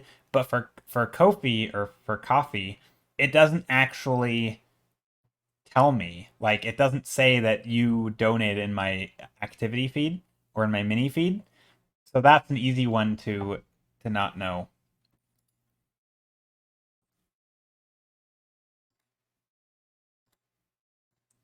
I like how ChatGPT seems to have replaced Google these days, even if it's kind of a meme. Yeah, I mean, I think there are I think one of the tools of our like how people who are like, I don't know, 70 years and above, like basically Google is not necessarily part of their day-to-day life. Like if they don't know something, like they didn't grow up with like, oh, let me just Google it, you know? Like whereas us, it's like if we don't know, we'll just Google it. I feel like there's gonna be even for people like our age, using Chat GPT or knowing when to use it versus not to use it, and like understanding that certain types of problems are just so much better for Chat GPT to answer than for Google to answer. Because like there definitely are gonna be cases where you take a like you have especially like fields that have a lot of research but are really murky, right? Where you have like data points all over the place, and like people may, the people who understand these data points may not also understand all these because they're so distant or so weird, like they're not always connected, and like so you have all these different pieces of data all over the internet that it's hard to sort of hunt them all down if you're one person. So chat GPT might be really good at being like, oh well, look, they're all connected, and and it spits out a new solution. Like, wow, we didn't actually know that. Like, collectively we knew it, but it's never been sort of put together quite in that way before. and it could actually be extremely valuable. But then there's information like, historical dates and just like things you can literally just look up. Like ChatGPT is pretty terrible because we know the answers and we can just fact check it.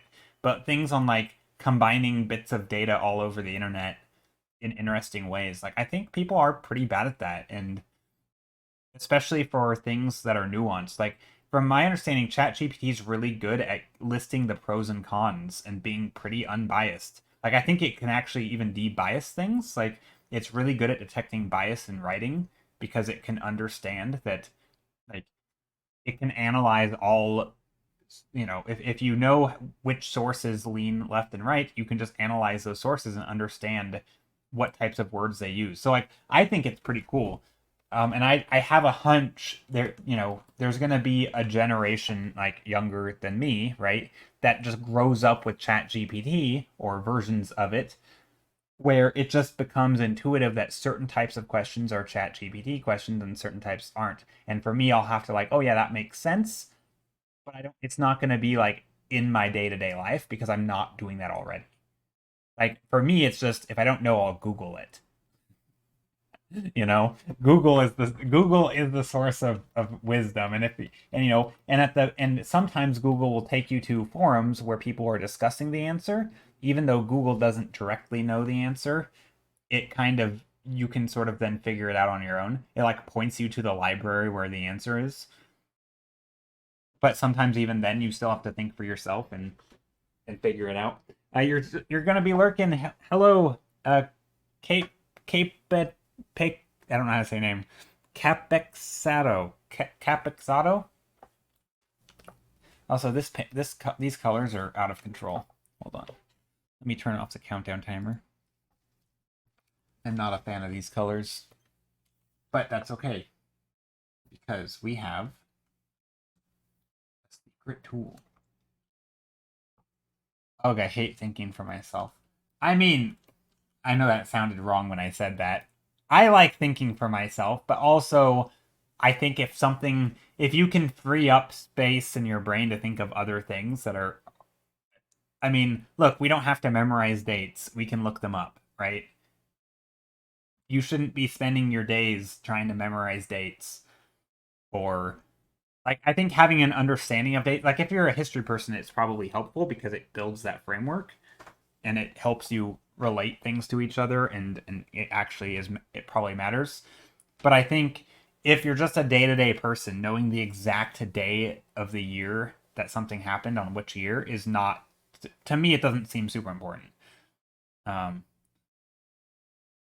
yeah, this I like the structure of Google as a directory. I want to be shown to the information, not getting a computer's generated answer. Yeah, I mean, I think it depends.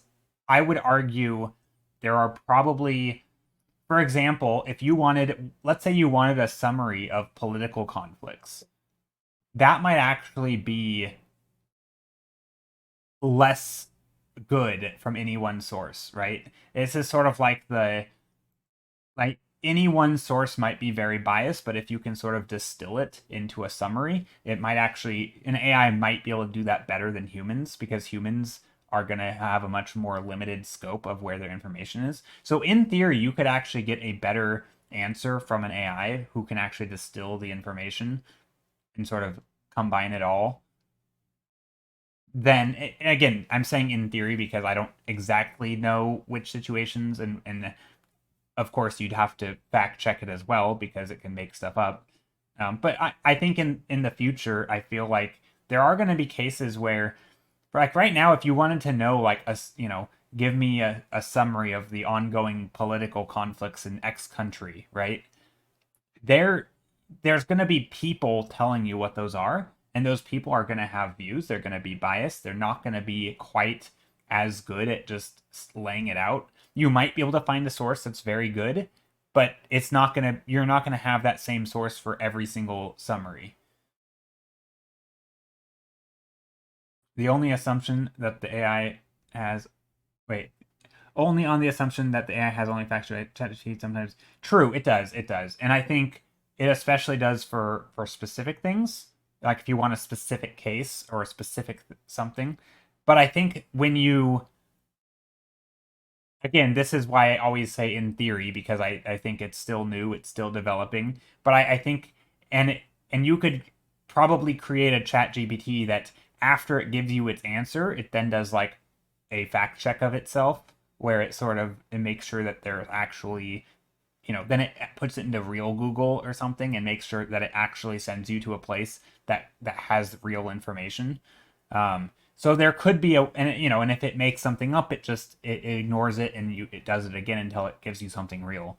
But I guess the point I'm getting at is that I think when there's things where it's complicated is the answer, or there's multiple angles, I think ChatGPT, from my experience, is pretty good at giving you like here's the problems, like here's a line of thinking, but here's the counter arguments to that line of thinking.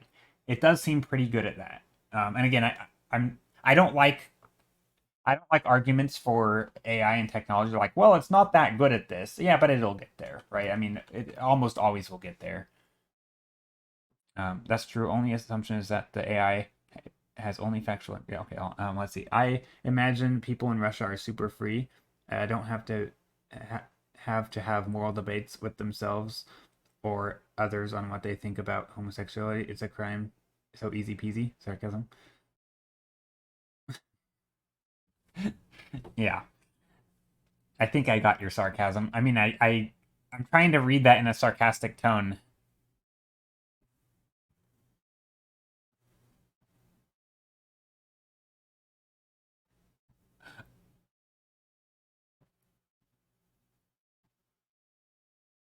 What is fake Google? Bing.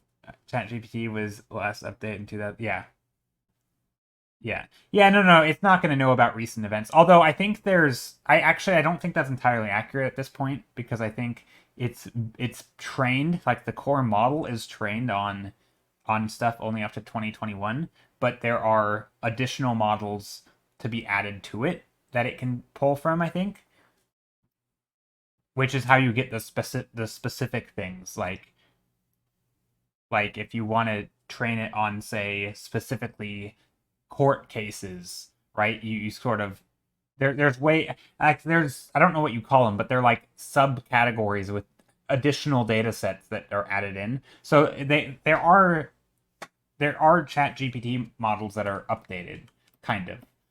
I don't quite know how it all works, to be honest. But anyway, I guess the only thing I was getting at is that I feel like it's going to be obvious that there are going to be some questions that are better for AI to answer. Like personally, I'll be honest, I don't trust random people on the internet. I would much rather trust an AI, right? If someone wanted to give me a summary of something that happened, right, even in their own life, I think there's an element of like just give me the facts, but I also want to know the opinions around it. But I don't just trust your opinion, right? So I want lots of opinions and the facts. So give me the facts, but also give me, how people feel about it, because that's important too. And I think AI is good for that stuff. But again, I don't know. Let's see. I'm gonna go really gray. What when I use it half the time I get answers like I don't know this, as this is, yeah, I mean, yeah, obviously if you ask, well, again, you're probably just using like the plain thing. There's updates, and there's versions, like there's there isn't just like one AI, right? There's lots of different models and updates and change, different versions that people have jailbroken, and sort of, yeah, they've done all the things to make it like, yeah, beanstalk land. Yeah, it's kind of beanstalk landy land, beanstalk ish.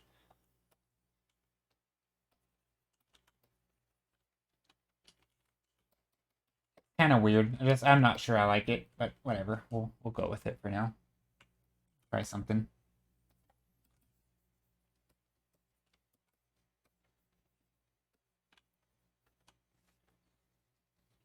Like I was thinking the other day, or not the other day, like literally today, about how whenever somebody on, say, Reddit or somewhere asks like an art question, like I am I'm trying to think of a hypothetical question here. Um, it might be something towards like style, right? Or something towards learning, right? Something that is complicated, right? It's never just one answer. Like what is the best way to learn, or like something really kind of nuanced where everybody has different takes. Like I think this is those are the types of questions where AI is quite good, where all everyone's sort of personal experiences are actual data points, sort of like because it works for them and they're not making it up, right? Most of the time. And it can kind of take all of those big clusters of answers and treat them all as data points, and then it can kind of figure out sort of what the commonalities are, what's difference, where the differences are. It can create groups, and I feel like it can kind of create answers that include different viewpoints that one person might not be able to, because there's it. And again, it's not going to be perfect, but I don't think those types of things are really about fact. Like it's more about, again, yeah, I don't know, it's weird. Like I don't really view that as like a factual information. If you're asking like what is an effective method to do this, like sometimes it is. I don't know. Again, I feel like we're just gonna have to figure it out. And this is why I think there's gonna be a generation like my people slightly older than me, or maybe even my generation, who is just really bad at using AI and knowing how and when, and like like why would you ask Google that question? Like ask the AI that question. And other people are going to be like, why would you ask the AI that question? That's a Google question. Like get with it, man. What are you, a boomer? There's gonna be that attitude, I feel like, where I'm like, "Ugh, this is, I don't know what to do." Like I'm gonna be that in that group. I hope not. That's my prediction, though. Maybe I won't be. Somebody will. Somebody, like, there's gonna be a generation that's in that group, right? Where they grew up without AI, and some people grew up with AI, but they also grew up, like, I grew up with Google, right? Pretty much. Like, I know search engines are, if I don't know something, I go to search engines. And that just makes sense. AI, no, I don't think so. I don't, I mean, I think they'll be integrated for sure, right? You'll ask a question, and there will be an AI to figure out what kind of question it is, and then depending on whether it's like if you're asking a math problem, right, and the AI detects as a math problem, it'll send it off to the calculator, and then it'll give you the factual answer. And if it's not a math problem, if it's a philosophical problem, the AI will handle it. Or if it's a, like, I think there's going to be cases where there's like a system, right? You have your input, right? You have your input, and then you'll have an AI that's a decision making AI that'll say where to send this. It'll be like the 911 dispatcher, right? It's like 911, how may I direct your call, right? And you'll be like, the AI will be like, oh, your call is going to the math department, right? Or the calculator. Or oh, your department is going to, there'll be all these different categories on the nuance and specific, right? There might be an AI for philosophical arguments where it's really good at sort of distilling certain takes. There's going to be an AI for some other type of thing. And then there's going to be an AI for another kind of thing. And each one's going to be a little different in how factual versus how opinionated, or what it's good at. One might be good at, like, rewriting text into certain tones. And so no matter what you put in here, it's not always going to be quote unquote the AI that's dealing with it. It's going to be different AIs, right? You're just going to have like a dispatcher that sends it off, and then it comes back to you. That's I feel like that's how I see. I mean, because I think that's already kind of how it's happening. Like I think if you ask Bing your math questions, or if you ask it real questions, like, or like non-math questions, like I think it's pretty good at that. So if I were to ask what is the most common trait amongst humans, yeah, I mean it would probably do okay. I don't know, maybe. That's a weird question. Depends on what you mean by traits, I suppose. I don't know. Yeah, I feel like that would be a type of question that would be pretty good, right? It could, because in theory, if it could sift through both data and You know, if it's like, if we're talking about personality traits, it could say this because that's maybe factual information. If it's talking about like, which again, there's a lot of factual information in that question, right? Anytime there's large data sets, and you could be like, based on all these surveys of all these different numbers of, people having different jobs, and here's a breakdown of the most common professions. Again, is that a trait? I don't know. But so I feel like that's totally a question for AI, right? Because the information's probably out there. Just how do you get it is another question, right? And AI literally knows how to get it because it's trained on it.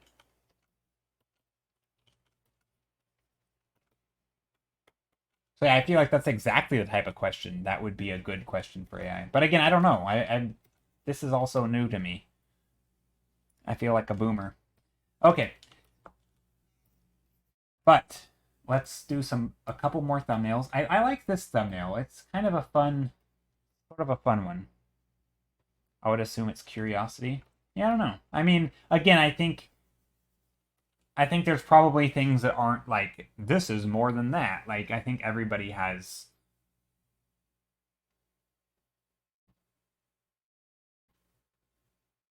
We always care more about if we could than if we could, or than if we should. You mean? Yeah, maybe. I don't know. I think stuff like that though is.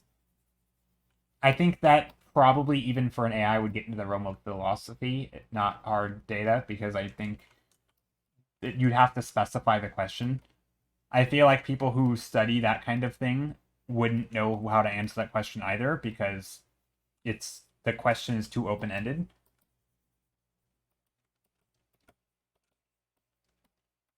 Like there's probably a cluster of traits for humans that are all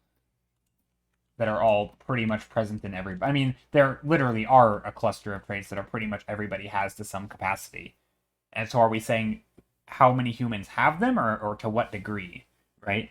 It could be that everybody has curiosity, but we're not that curious compared to, say, the trait of hunger. Is hunger a trait? Like everybody gets hungry, probably more so than people get curious, right? Because it's a need. So like it depends on what we call traits.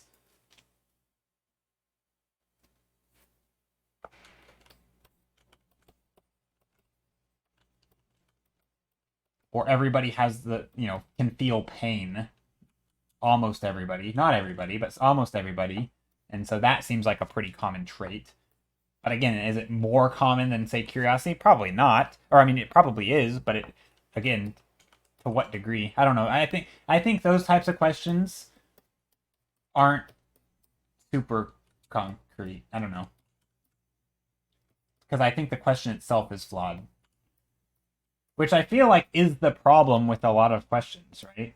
It's that the questions themselves. This is what I feel like with art. Whenever people talk about art stuff, they're like, "How do I, like, what are the best ways to improve my style?"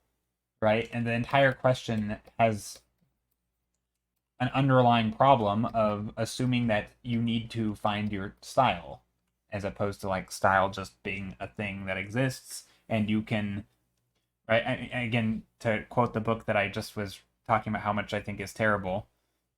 Yeah.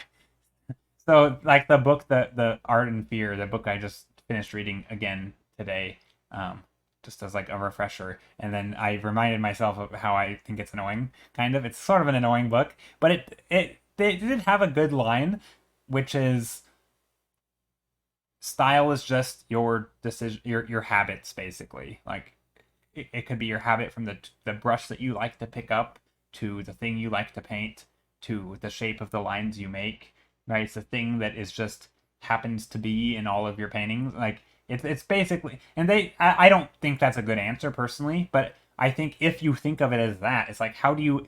So the follow up question, which they didn't ask in the book, would be okay. Well, if style is just your habits, how do you get a better? How do you build better habits? Well, that's a real question. Like you can answer that.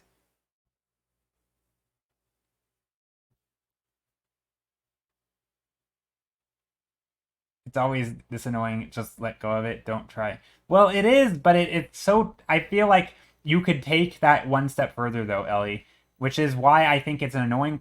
it's an annoying answer, but I think it's true. So there are some things this book did well, which is it summarizes things in a very elegant way, but then it just drops it and it doesn't elaborate, and you just have to accept that it's true, kind of. And I think if oftentimes it's not a bad starting point, but it definitely requires more. And this is where like this whole style debate, they actually did summarize it well. I think just by saying it's your habit, like your style, if you accept that style is your habits, again, I think it's a lot more than that, but let's just say it's your habits. And your question is, how do I get better at style, or how do I develop a better style or find a style that I'm happy with? Then you can just say, how do I build habits that I'm happy with? Or how do I build better habits? Well, that's a very real, tangible, answerable question, right? If it's habits around, shape design, will you practice better shape design? If it's habits around perspective, you practice perspective. If it's habits around storytelling, you practice telling stories to form better habits, right? Like, it's literally just the things that you practice to build habits on. And I think there are some cases like that where it's, again, you aren't focusing on style, but you instead focus on habits. Seems pretty reasonable. And again, I would argue that style is more than just habits. I think it's also just, sometimes it's not a habit, but it's a choice, like your tools, right? You could also have tools that you just like, but I don't think it has to be habits. It can be tools, process, interests, tastes, and habits. And skill, right? You obviously can't have habits that are past your skill level. Like, you can't just by habit be really, really good at something and consistent, like if you don't know it at all. I don't think.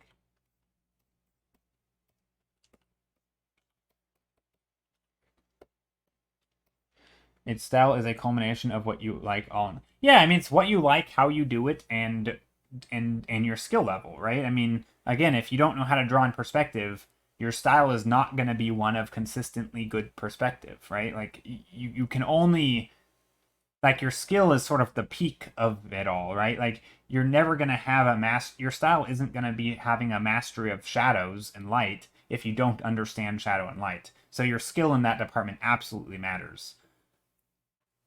So yeah, I mean, I've always, not always, but for the longest time, I've always said it's four things, right? Style to me is your tools, your skill, your interests and preferences, and your process, right? Which is, and habit goes through, right? You have habitual processes, you have habitual tools, you have habitual tastes, right? So I think habit kind of permeates through all of them, but I don't think it's just habits, right? I think that the answer of habits is wrong. I think it's just a combination of those other four things, which sometimes there are intentional choices and sometimes they're habits. That's my answer. And so yeah, if you want to get better at style, you focus on any one of those things. But again, I don't think my answer is perfect. I'm sure if I put time to think about it and answer it better, I could come up with a better answer. But it does seem to be that. So to go back to the silly answer, which is like, oh, you just don't think about it, bro. Like, it kind of is true though, right? Like, I mean, it really is like, stop thinking about the end result and think about the process. Because as long as you're thinking about the end result, you're never gonna. That's not how you improve. Because it's not a fundamental, right? You have to focus on one of the fundamentals, kind of.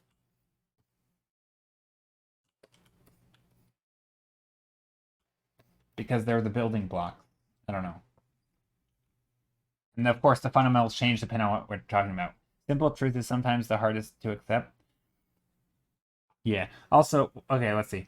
Also, what recently clicked, going back to the skating story, I was literally so focused on not falling, doing my turns, and trying to break that I mentally did not have any brain capacity to complain about not being good enough or not doing the tricks. And as I try to use this mentality when it comes to art and style, I try to focus so much on just doing that I cannot stress. Yeah, I think that's a good way to think about it. Like, you have to focus on something. And this is where like juggling analogies come in. This is where all those different analogies to like doing the thing, like art is like juggling, and so if you're too focused on other stuff, you can't do what you're supposed to do. And if you're focused on like how to do it right, that's like juggling an additional ball, right? And in theory, you can only do so many, and so some of them need to be automated. And to automate them, you just have to do them a lot. Just start doing it. It's literally like it always just comes back to just do it, and it's such a stupid like it's such a stupid thing because it's like we don't accept that as an answer to just do it, but it really is.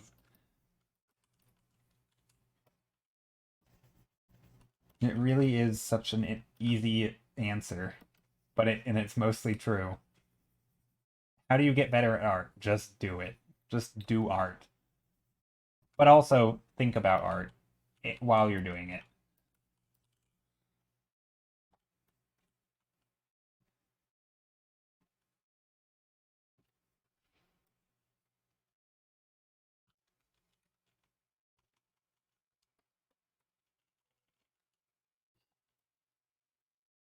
Okay, let's see.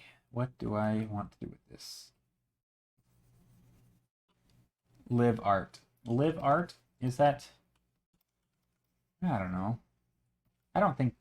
I mean, I guess. I don't know quite know what you mean by that. Yeah, I don't know what you mean by that. Live it. I never.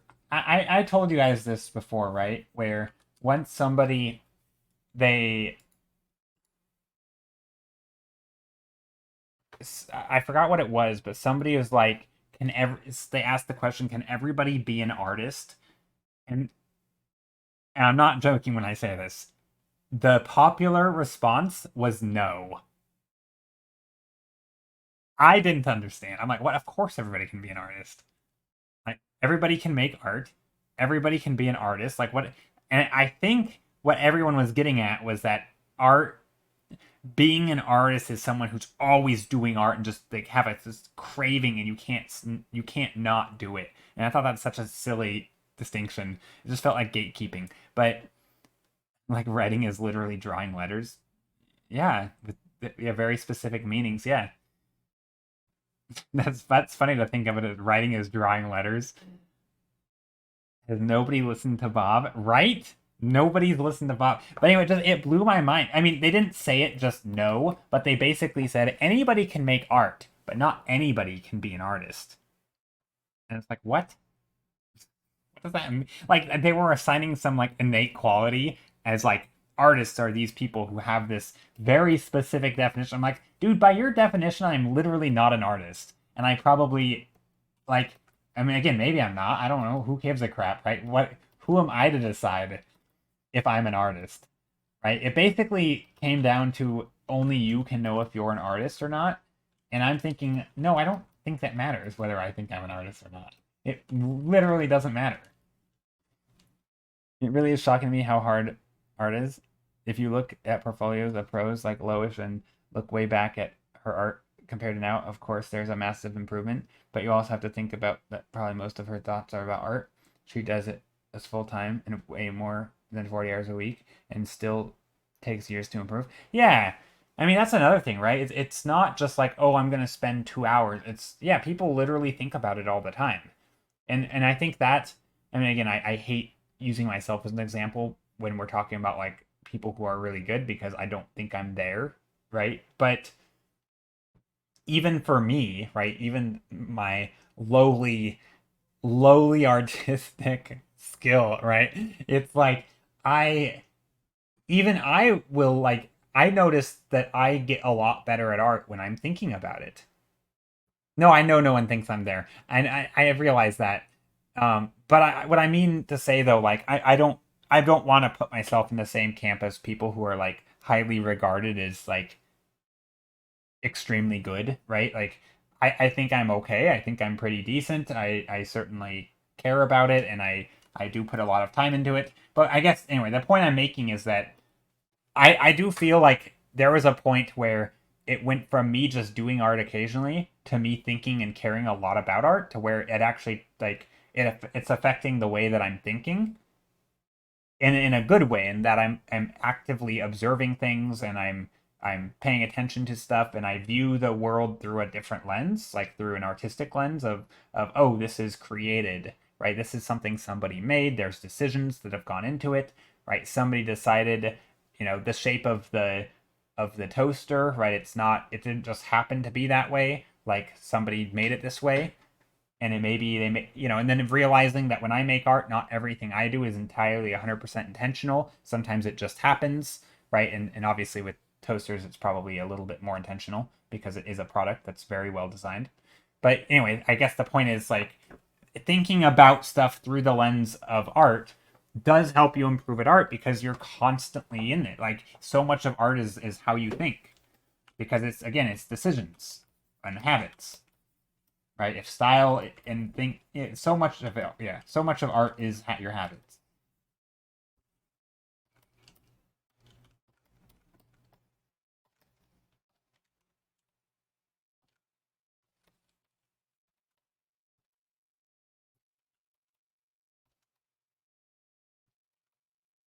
But yeah, no, I realize. I mean, I kind of say it again. I guess the reason I always like code it with, oh, I don't think I'm on that level. Like, I don't think I'm on the same level as people who are doing it. They have more incentives to do it more often than me. Let's put it that way, right?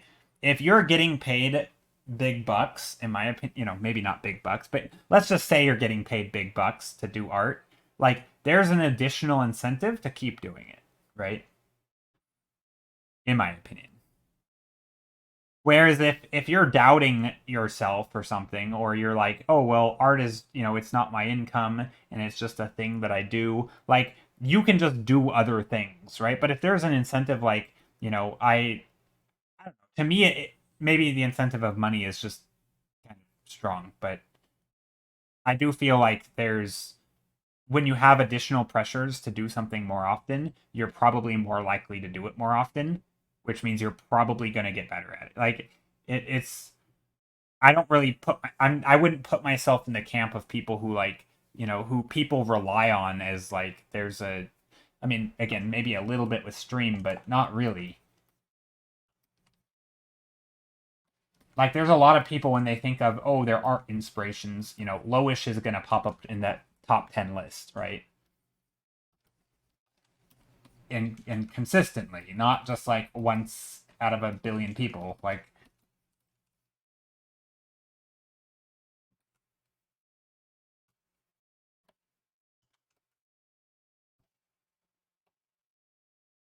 ooh, okay, I have an idea. So we have these little pyramid thingies. What if we have the lights? The light's coming down. What if I put little bits of light? Lows are pretty good. Yeah, it's funny. I hardly even know what her art looks like. I feel like I don't consume her art. I think I follow her on Instagram, but I never really see her posts because I don't really look at posts on Instagram. um, I don't really use Instagram as a platform. I don't know. I don't really see people. I don't know. I don't feel like I see her post that much. Kim Jong Un is better. I mean, they're totally different. I think at a certain point, and this is my take on uh, on artists most of the time, especially when you get to a certain sort of, like, I think once you have sort of a certain level of mastery over your fundamentals, I think it just stops being about who's better. Like, they just do different things. It At some point you just can't compare them because they're literally doing different things, and they're doing it for different audiences, and they have different points, and they use different tools, and they, like, how can you compare two people who are just, like, if you commissioned one of, like, this is where I think, I mean, I've heard people mention, like, this is the difference between a pro and an amateur, but, like, I think when it comes to commissions, or like art, or doing art professionally, like, at some point, like early on, you're like, well, why would you hire me for this when you can hire them who's better, right? And I think at a certain point there's some truth to that, right? Like, why would you hire someone who cannot depict your idea or their idea versus someone who can? But eventually it becomes, and I think, once you sort of develop your skills to a certain point, it's less about can you do the job to sort of I want you to do the job, right? It's not about your skills, it's about just how you approach it, right? Loish will approach a portrait very different than Kim Jong-gi would. And I know you meant Kim Jong-gi, not Kim Jong-un. Kim Jong-un is the dictator of North Korea, by the way. But yeah, Kim Jong-gi. Yeah, yeah. I knew who you meant. Not that. Not the other guy. I mean, maybe Kim Jong Un does art. Maybe he might. Also, Kitty and Bleach. Thank you for the follows. I appreciate it. But yeah, I do think there is a point where it just doesn't matter. Like the tiny discrepancy between skill is so overshadowed by the actual art that you would make.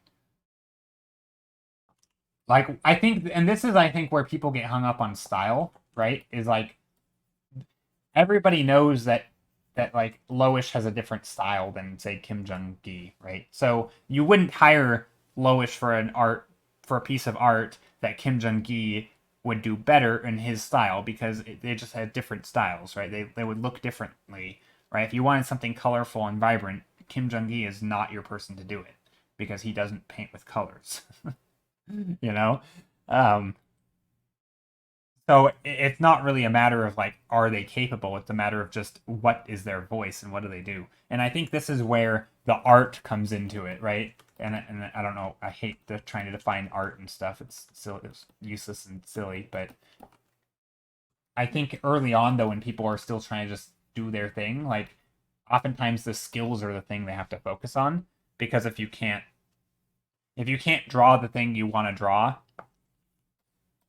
or if you just don't feel like you know how, or it doesn't, if you try to do a portrait and no one can tell what it is, like you're not, I don't know, at some point it's not really the focus, right? Yeah, okay. Let's vote. Although I do want to add in some greenery.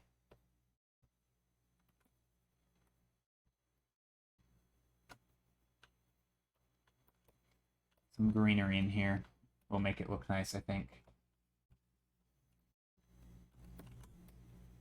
I know the colors kind of already were cohesive, but I do think some greenery will be nice. Green, green, green. Here, here, here. And then this in here, which is a little darker and cooler. Gonna liven this place up. Beanstalk Land is my vote. Is it? It's kind of, yeah, I don't like it. I hope it doesn't win. I should just remove it from the voting, but we'll see. It's one of those paintings where I'm okay if it wins, because I also know that you guys know that it's not going to look like that when it's done. So like, if you do vote for it, that's fine, but be forewarned that it's going to change. So, first though, I'm going to slap in some overlay. I want to...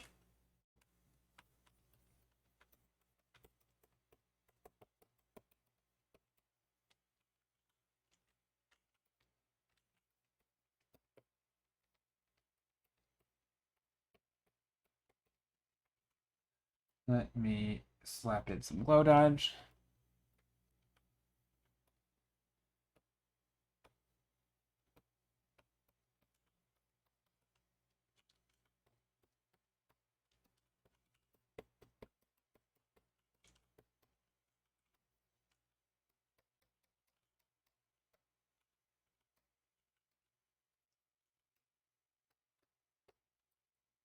Ooh, that's something. It's very bright. I don't think I wanted that. Nah, let's do that. And then I'm going to take an overlay again and do like a bluish color. Sort of, again, kind of vignette landscape. Classic, overdone painting. That's okay. Whatever. These are all very similar, just triangular shaped things. Okay, this'll work. Let's go with that. Alright, we're gonna vote. Let me turn that on and grab that. I'm gonna make a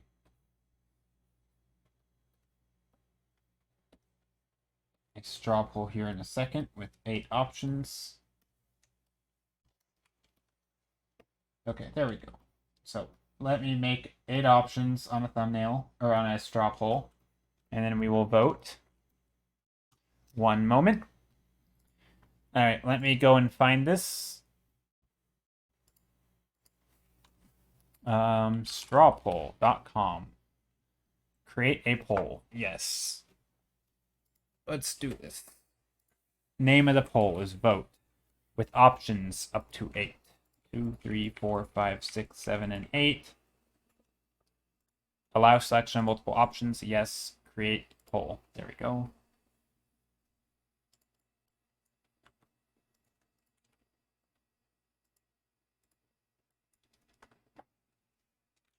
There we go. Straw poll is in chat. I will pin it to chat in here just a moment.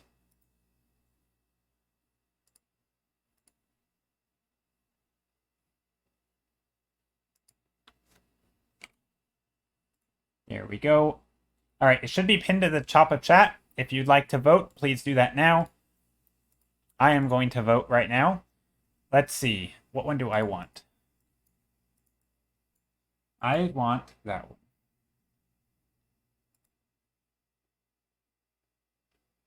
What painting did we do last time? Do you guys remember?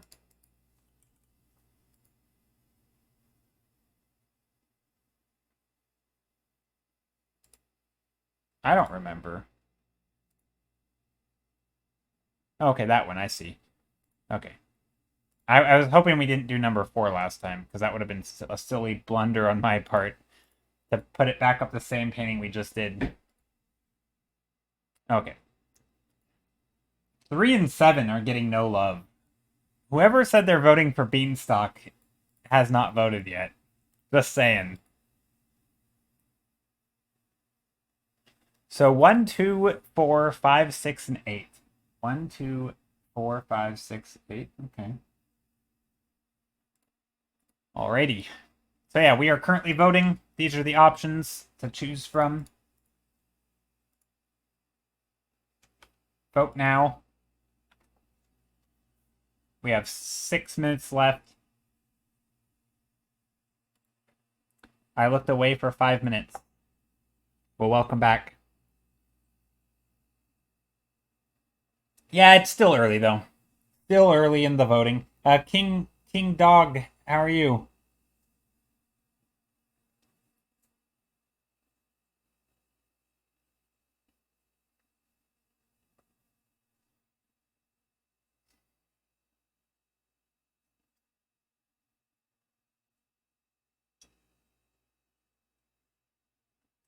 You're working and lurking. Are you doing like real work or are you doing art? Just kidding. Sorry. Yeah, the art is not a real job thing. But are you working on art or are you working on some other thing? Sorry, triggering so many people right now. Are you doing real work?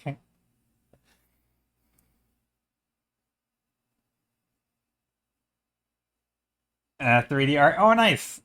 Nice. Okay, real work. Good. Yeah.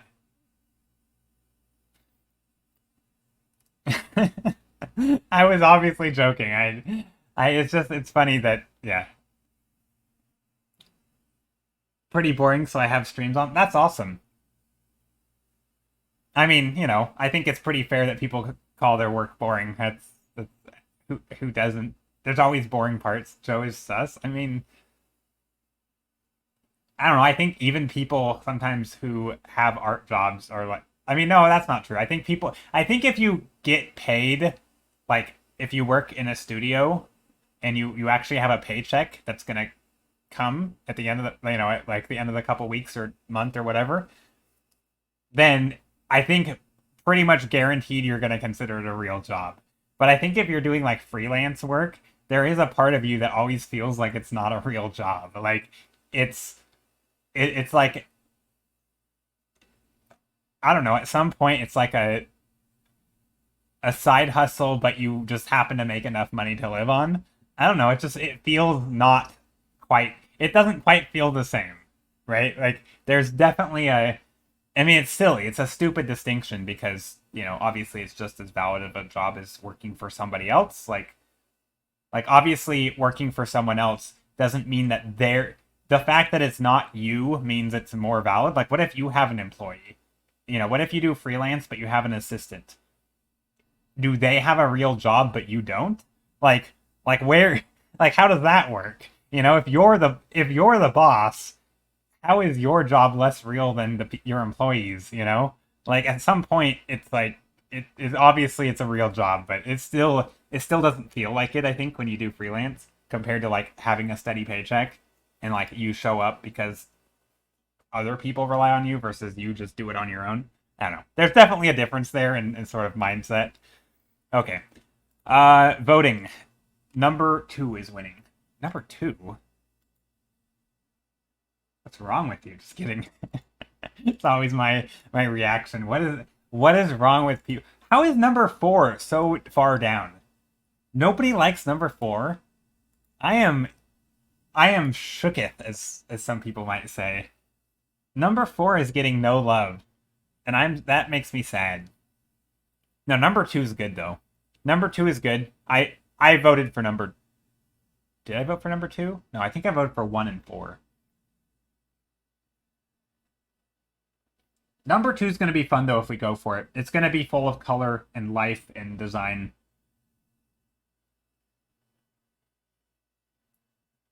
I feel like 1, 4, and 2 are all going to have good design. The rest of them, well, 5 is the same as 2, so that one doesn't count.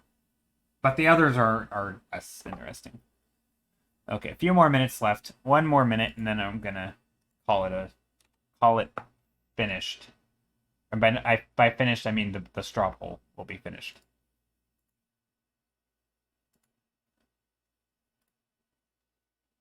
Okay.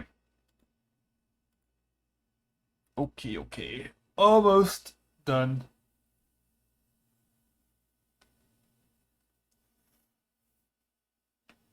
With the poll, not the stream. I have another hour and a half left of stream. Gonna work on one of these, or whichever one wins. It looks like it's gonna be number 2 till the end of stream. And while I do this, I'm going to put this in Discord, along with all of the other thumbnails that I've done. And daily paintings. Alright. There is an ongoing debate between me and other people. That's not really a debate, and it's not really ongoing either, but I just pretend it is. What do you guys consider a sketch? Are these are clearly thumbnail sketches, right? These are clearly sketches. But what about like a work in progress that is still an early stage process? Like, is that still a sketch? Like, if I do a stream painting, is that no longer a sketch because I worked on it slightly more? Like, to me, it's still very loose and sketchy, and if it's ill-defined and isn't, it's still like, it's still not the final product, and it may not even serve as the final. Like, in theory, I could redo it. I don't know. Like, I don't even know what a sketch is or how to define something. But I feel sometimes like it's a little disingenuous to label things as a sketch on social media if it's not. Like, here's just a quick sketch, but it's like you spent 3 hours on it. Like, is that still not, like, is it the amount of time that you spend for an advanced artist to do sketches? But a new artist would love to achieve this. I think sketches go. Yeah, yeah. But I think also it depends on. But I guess the thing I'm grappling with is I think it also depends on which stage of the process you're in, right? Like, for example, if I work 3 hours on doing iterations, and let's say instead of doing 9 different mini sketches, I do 9 different iterations on number 1, but each time I just keep painting over and over. So I just take it and I paint over it, and then I kind of do another paint over in another day. Each time it's like a new sketch on top of my old sketch, getting a little bit more refined. But like if the 10th time I'm going to do one final like pass, right? Sort of like before I get into details, like I'm still figuring it out. Like is that not still a sketch? You bet you might have put like 3 hours into it. So for example, I realize this is a stupid question because this is very, again, it's not important. But so for example, this, right? This is like it. I don't treat it as like a finished painting, right? Because its colors are wacky. It has weird, it has weird stuff going on. Its design isn't really thought out. Like if I'm gonna take this and more or less like couldn't this be a sketch so long as the design isn't figured out? Like if I'm allowing myself to come in here and rework things and to refine things, maybe I want, other shapes in here and I want to like, just keep on working on it. Like can't this also be a sketch? Like this is still loose and it's just a little bit less loose than others. But like sure I worked on it for a couple hours, but like can't it still be a sketch? I don't know. Or is it just a work in progress? I don't know. Does it matter? I don't think it matters. But I always feel like I'm lying a little bit if I'm like, this is a sketch. Like, is it though? Like, it's a 2-hour painting or an hour and a half painting, but it's still very sketchy.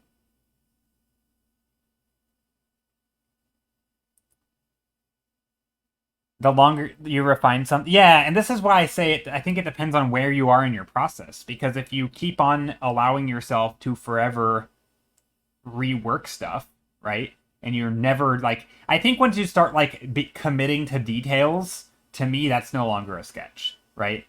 If I'm committing to details, but that's the thing. What if you never commit? Like, what if you're always open to the possibility that these are just guidelines, right? This isn't a detail. This is just me putting in a placeholder of flame. It might make it into the end though, but it might not. And like so is the whole thing always a sketch? Like that's kind of how I think of it. And this is why I kind of feel like I do call these sketches, because the whole thing feels like one big sketch. It's like it's all still to be determined. I don't know. It's a silly discussion, I feel like, because it's not important one way or the other. Also, I don't know why voting is still on there, but it's okay, let's go with number 2. Or I should double check that that one actually won. Yes, number 2 has won. But yeah, I think you're right. I feel like every person knows what's a sketch for them. I don't think you can tell someone what is a sketch, and I think for King Dog's point is a good one. Is every artist is relative to the artist, and I think because a long time ago, me and Rona were looking at some art on Twitter, and someone was like, post your sketches. And somebody posted some sketch, or no, it was like, post your sketches and your finished work. And someone's sketches were like basically beautiful, like they were just gorgeous. But they also, due to their workflow, they clearly used a lot of like hard shapes and gradient tools, so it looked extremely clean, right? So it didn't look sketchy, right? Because it was a very clean process. And I remember there was like kind of a debate, like, is this even a sketch? And I think it is a sketch, right? Because it's, they just have a clean process and it looks nice, but it doesn't mean it's not a sketch, right? It might be a finished work for me because I'm not as good as them, but it doesn't mean it's not a sketch for them. It just happens to be that it's a clean process and it's still early in their process. So, like, I don't think I can judge whether someone's art is a sketch or not. I don't think that I think only the artist can do that. But I also think then that opens up room for people calling stuff that isn't a sketch as a sketch. So it's like you just have to be trusting, and then you can be swindled. We can be misled. Okay, let me merge all of my stuff.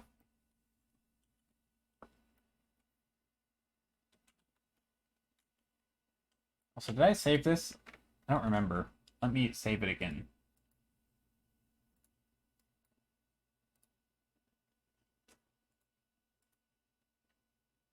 Okay. Template. Save. Yes. There we go. Number 2. Okay. I like it. I like the cool light coming down, which is a weird angle because it looks like it should be bouncing upward, but it's not. So I don't know how I'm going to handle this. I guess, I don't know. I'll have to find out. But one thing I do want to do is I want to get some references for some stalagmites. No, stalagmites. Although I realize stalagmites and stalactites are coexist, as somebody explained it. The stuff drips down. For me, the process is sketch, work in progress. Finished? Yeah. But when does a sketch... Is a sketch a distinct part of... Because, see, a lot of people... One is up... Yeah, one is up, one is down. Yeah, but they coexist because one hangs down, right? And then it drips down. And then it builds up the calcium deposits, right? So it's like these deposits... The water filled with the like salty water or whatever that, you know, has... Yeah, essentially calcium's a salt. So yeah, it has the salt. Well, the salt water drips down, right? So it starts on the ceiling, it drips down, and then where it drips down, it makes the other one. So they coexist because they. That's my understanding of it. And then of course sometimes these will break off, right? And then so you'll have these in isolation. And sometimes you'll have these in isolation because sometimes these will break off. You know, if water comes in and crushes these away, you know, the water might come in and then it comes back and it can sweep away the debris potentially. So sometimes the top ones are left, sometimes the bottom ones are left. So that's my understanding of how it all works. But I could be wrong. What do I know? I'm just an artist. Okay. Let me Google some images, though, for references. And just to get some cool ideas for, like, caves and various things. Pure ref, where art thou? There you are. Alright. To the Google. Stalagmite. With an G for ground. Stalagmites have a G for the ground. Stalactites have a C for the ceiling. That is how you remember it.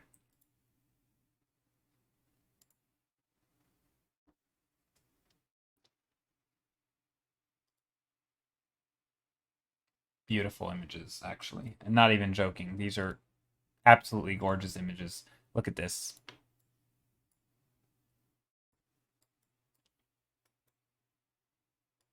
Kind of wild. I don't like the artificial lighting, though. I feel like there's totally light. Or maybe it's not artificial lighting. I feel like it's artificial lighting. But either way, it's beautiful. Look at that. Is that... I want to go there. I want to visit this place. Here, I'll make it larger.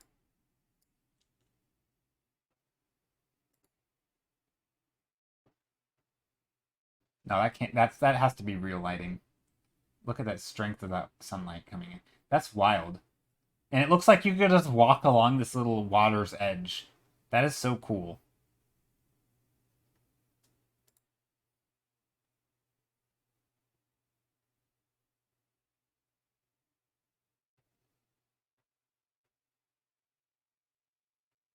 You remember it because T in stalactite looks like one that hangs from the ceiling, and M looks like stalagmites on the floor. Oh, that's not a bad way to remember. Yeah, no, I only remember it. So I didn't remember it. Somebody told me that today. A chic girl said that. They reminded me. But yeah, that was the way that I remembered that the letters corresponded to the thing. So stalactite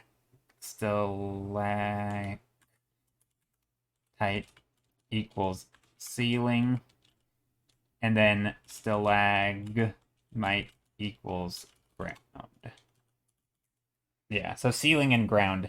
And that's the way I remember it, but I guess, so you're focused on the letter after that, which is the T or the M. Stalactite and stalagmite.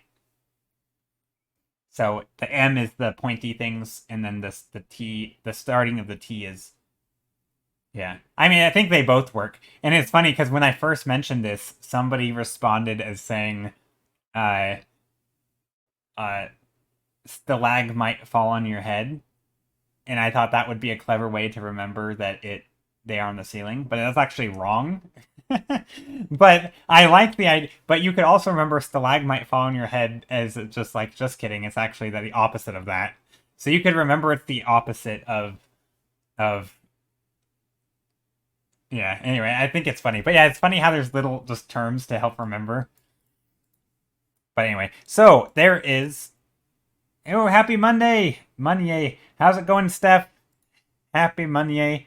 I am finding some fancy pictures of stuff, of some caves.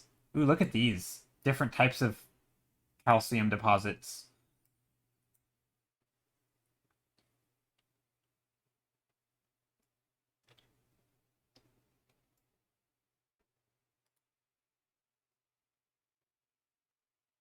I feel like if you're in a place with stalagmites or stalactites, whatever one is, whichever one is whichever one, I don't remember. But if you're in a cave with those, be careful because that is an indication that there's going to be water. Like water is clearly hitting the ceiling level if there's these deposits. Unless I'm wrong, but I'm pretty sure I'm not. So yeah, run. Like don't get caught in there. If there's like high and low tide, it could be extremely scary.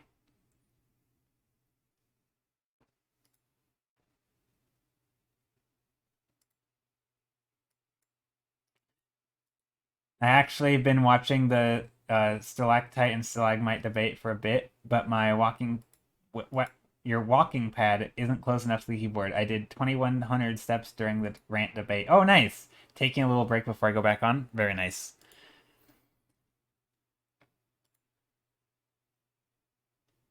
Yeah, I wouldn't walk. I don't think I would walk under them, but I would still go, I would go in a cave like this if it were like an old cave that's been long, like no longer flooding.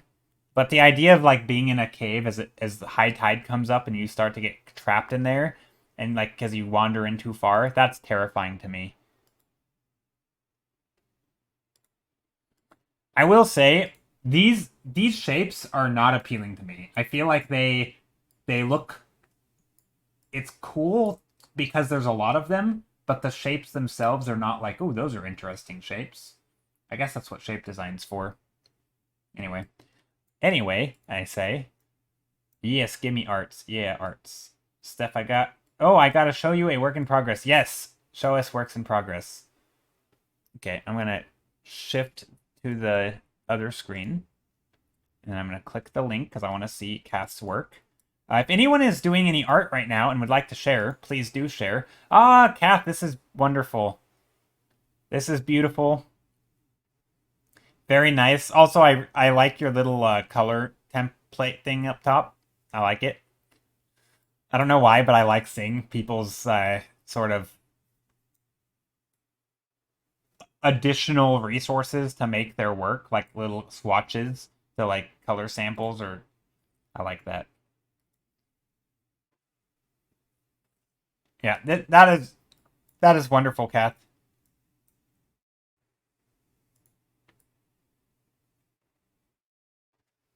Oh, the tears. Yeah. Yeah, no, that is beautiful. Okay, art. Let's do it.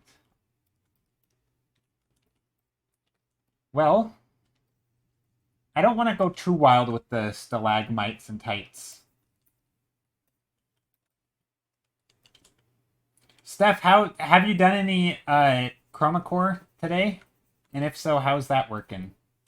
Or how's that going?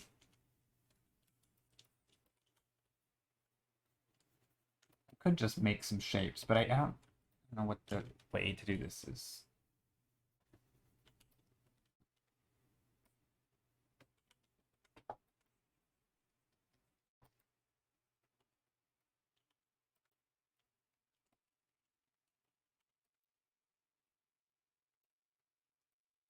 Let's see. But yeah, the request to see other people's art is always an option. Doesn't matter what medium, anything. I just like seeing what people are working on. Not yet. There's only two for the agenda, and I think I can sketch them in one sitting. Nice. But playing games first. One is the Fluffy Dino. Today's prompt is a graffiti. I feel like nobody likes the graffiti prompts. Do you ever get that feeling? Whenever I see the Chroma Core chats, people are like, no, the graffiti. It's always like the thing nobody wants to do. I think it's fun, and maybe some people like it. I've never felt like people like it. I always get the vibe that like it's the least liked prompt and people just dread it. But I also feel that way about the environments. I think people don't typically like the environment prompts. So I guess it makes sense that people don't like the things. I find the graffiti prompt a break because it's just bubble letters. Fair. Fair. And I think the other thing I personally also never liked graffiti prompts.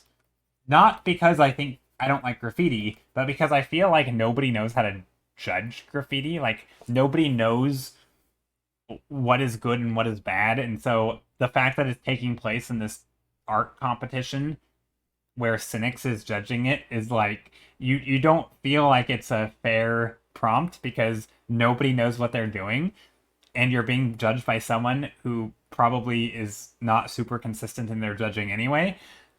So it's kind of this mixture of emotions and like, I don't think I like this.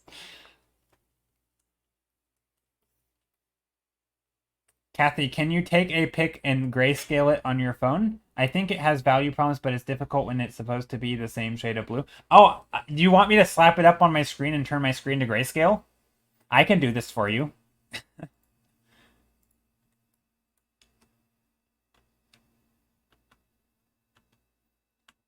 I think the blues work.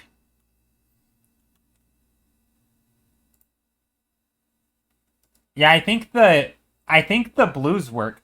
I think the only thing that gets close in value is the yellow and the some of the gray blues underneath it. But the yellow has but they're different they're different temperatures, so I think it works just fine.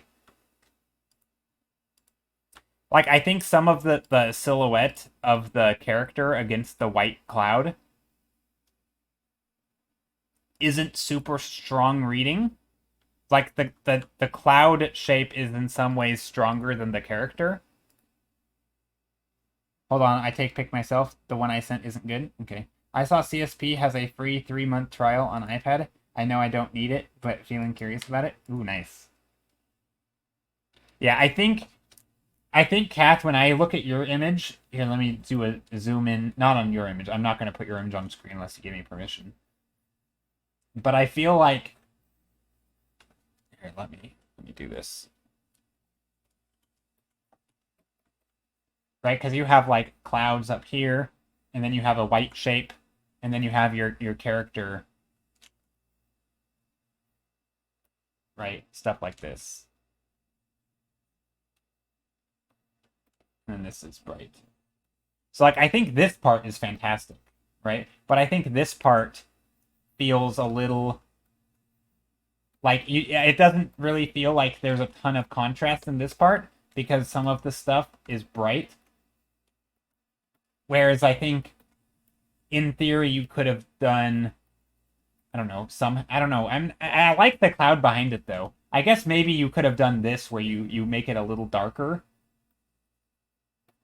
Where you make... Because I think that the rest of the dragon is good, right? You have... But I think right now you have kind of like bright spots inside, which make it hard. Whereas if you were to make it dark... I don't know, it's tough. Because you kind of have that shape going on, or that composition. That's how I see it. Like, I always feel like my advice is, oh, just make it darker. But I think in some cases, like, maybe you could make it darker, but you have bits of light highlighting it. Like there's little light patches. So you still have... It still has a strong silhouette. But right now, instead of the silhouette being bright, right? Because the silhouette is sort of the light part, which is not ideal.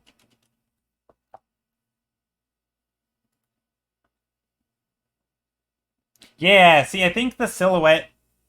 Yeah, because even in this, like, this has the benefit of, like, it has pretty distinct lines. I mean, I guess yours has lines too, right? I mean, I still think yours reads fine. I think the yellow... Yeah, the yellow's good too.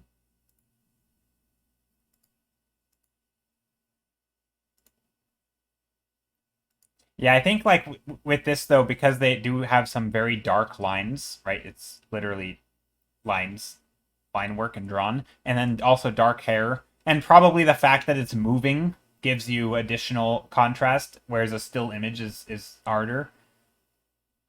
Yeah, I think yours is good, though. I mean, I feel like anytime anything is said about, like, composition and all that, it's like sometimes it's good, but it's like everything can always be slightly better. But I don't think that's like a failing on anything. Yeah, I don't think it's like a failing on the artist. It's just like, yeah, that's just how it works. There's always little things to be done better and to think about. There's always something, you know?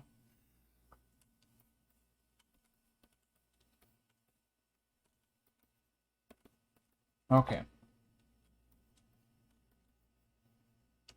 I am going to try. Speaking of silhouette, I have no contrast here. I'm going to try to. Would you make the dragon and character darker, or do you think making the. I mean, I think. I mean, I don't know. I think it depends. Um, I think the way. So if you look carefully, there isn't really direct light in this in the original scene, right? Because it's clearly a nighttime scene. And I don't know if yours was intending to be nighttime, but there is a shadow. Like, the Ghibli shadows are very, very subtle, but most of the dragon is in shadow, right? The entire bottom 2/3 of the dragon is in shadow. And obviously it's a subtle shadow, right? It's not prominent, right? So all of this is in shadow, right? And the bottom half of so all of this is shadow. So I think, and again, it's like contrast wise, I mean, it's pretty similar, but at least here you have a big bold shadow, kind of, or a big bold line. But I mean, I think in theory you could. I mean, it depends on how you want it. Like, you could darken it, right? You could be like, here's the shadow, and then if you wanted light, again, I don't think you wanted light, but like you could do something like that where you still have contrast. Obviously, this isn't yours, right? But I mean, I think it depends on how you want to do it, right? I don't think you need to go that way. I kind of assume yours is also at night, right? I think that's the part that's kind of hard to tell because some of it is like the yellow, for example. I think it's a little hard to tell. Also, I really love the hair stuff. The flowy hair is amazing on yours, not this one. This one doesn't have the hair.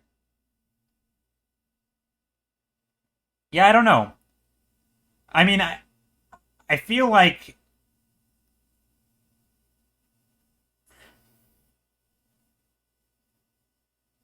because, like, in this one they do have this sense of ambient light, right? Which definitely there is definitely a light and shadow part of this dragon, and of it here. There's just the very distinct shadow shapes, and I feel like that kind of contributes to the sense that there's still some light source. I don't know. That's a tough one. Yeah, I don't. It is risky. I don't know if I would do that. That's I am not a risk taker. I don't know how you do traditional art, honestly. I mean, I would say go for it. Hopefully you don't ruin it, but if you do, you can always do it again because you did it once. That is risky.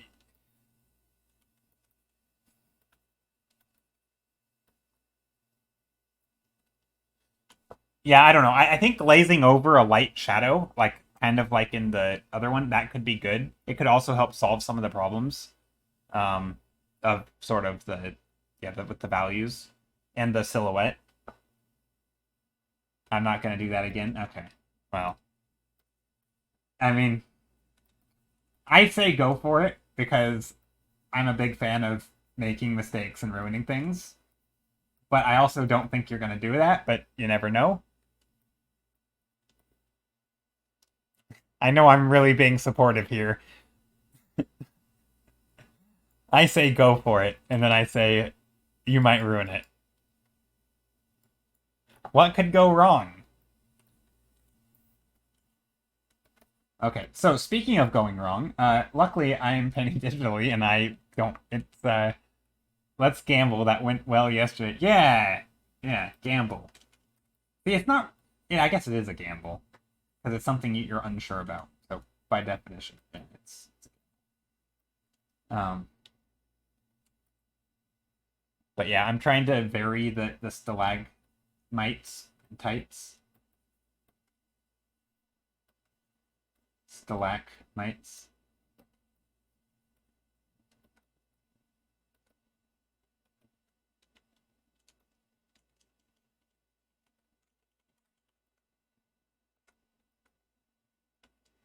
Let's call them pointy bits. Yeah. The pointy bits. Exactly. That's a good way to think of it. Right now there's no good shape design here going on, but that's okay. We'll have to. I kind of don't like this. I'll be honest, I think if I design them well, I can probably make them okay. And that's kind of why I'm working in the shadows right now. So if I ruin them, it's not too big of a deal. But there's definitely some shape design that needs to happen, because they are not appealing shapes by default.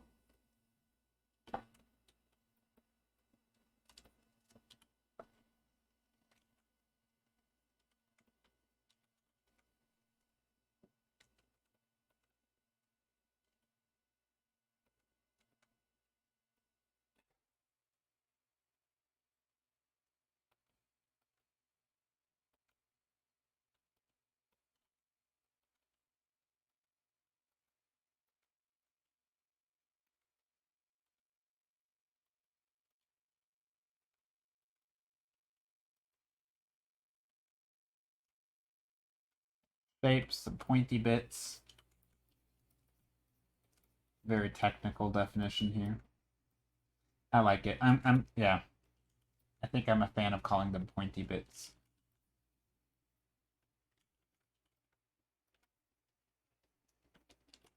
I do like this blue back here, though. It's kind of nice. It has a very fun, I don't know, just a good color.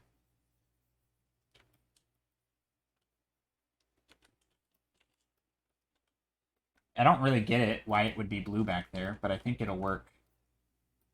I think it's gonna work well for this.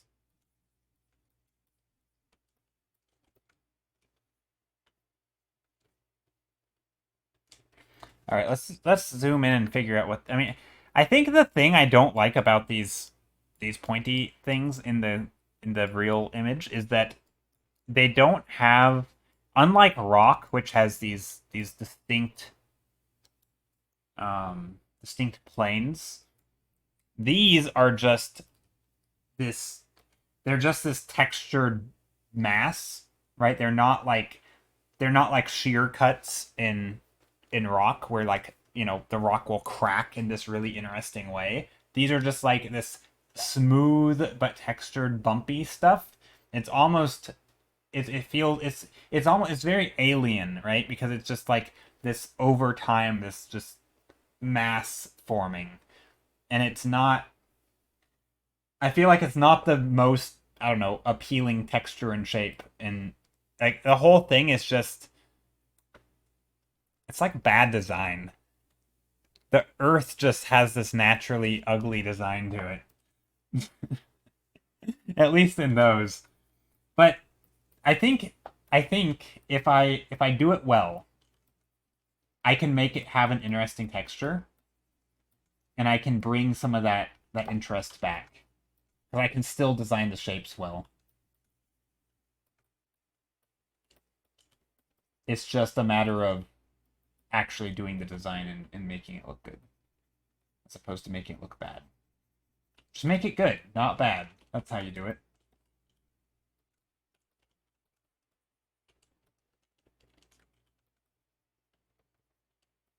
Just do it good.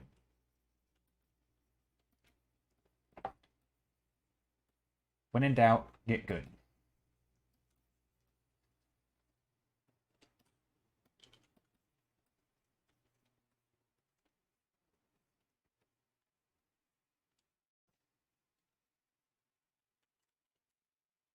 Pointy boys. We need some more up here too. Oh, that can't be there though. We need to put it off center. Okay, so this is going to be the shadows, or it's the ambient lights that I've decided that these are going to have. Some interesting shapes here. We're trying to make some interesting shapes.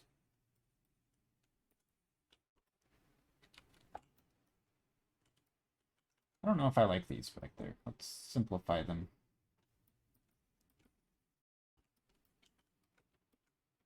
Maybe this can go up there.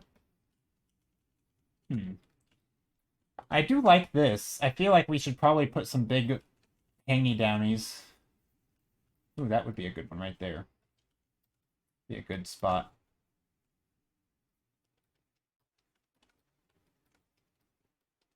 And I have no idea how any of this is working. But I guess what I'll do, if up top where they're gonna, ooh, I know. So up top they're gonna be blue shapes with yellow, or with warm highlights, and then in the bottom they're gonna be warm shapes with cool highlights. So it's just gonna be reverse. So like this is I don't know what color this is. No, okay, this could be a bit more blue. And then we can bring the reddish highlights.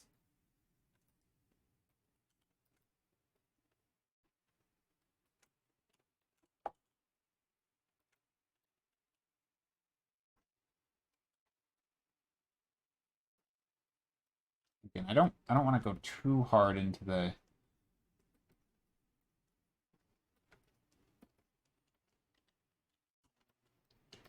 details. Not at least not at this stage.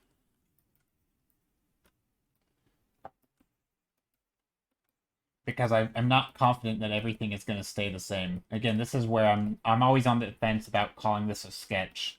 Am I still sketching or not? Maybe. I don't think I am. I think I'm now doing the painting.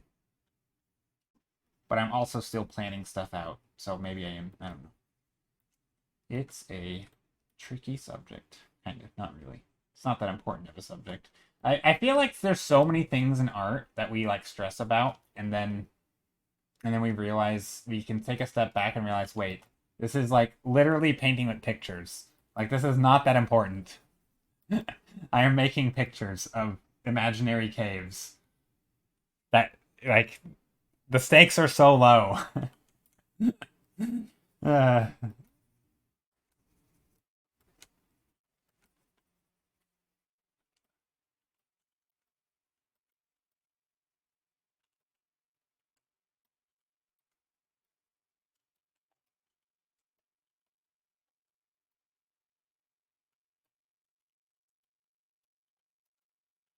you're so right.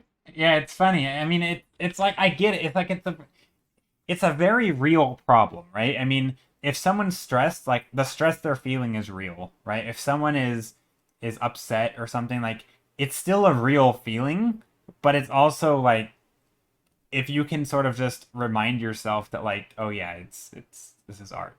Like I'm doing this because I enjoy it. I that actually helped in this moment. I was sweating. It's just a piece of paper, man. Yeah, like if and this is where I think taking different perspectives is so helpful. It's like, okay, so what? Like you ruined a piece of paper. One piece of paper and some, maybe $1 worth of paints, like or not even, who knows how much. But like, okay, you're down an hour of your time and a couple bucks at most. It's like, whatever. Like you'll do it. You'll paint more tomorrow. Life goes on. But it's like the emotional investment, man. Like you cared about it and it didn't go right.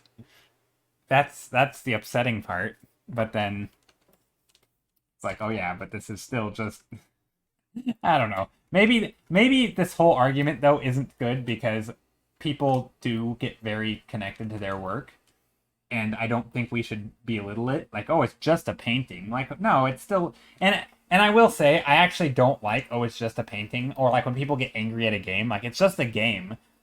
And I'll tell you why I don't like those arguments, because it's not just a game, it's time, right? It's your time. You've invested it. You chose to do something, right? Does it really matter? Like, does it matter if it's an hour at your job versus an hour, hanging out with friends versus an hour playing a video game or an hour working on art? Like, no, an hour. It's like if the whole hour goes to waste and that's something you cared about, it's totally like it's still that hour's gone, right? Like, I think people are like, oh, well, it's not that important. And I'm kind of countering my own argument here because I oftentimes do think, oh, it's just a painting.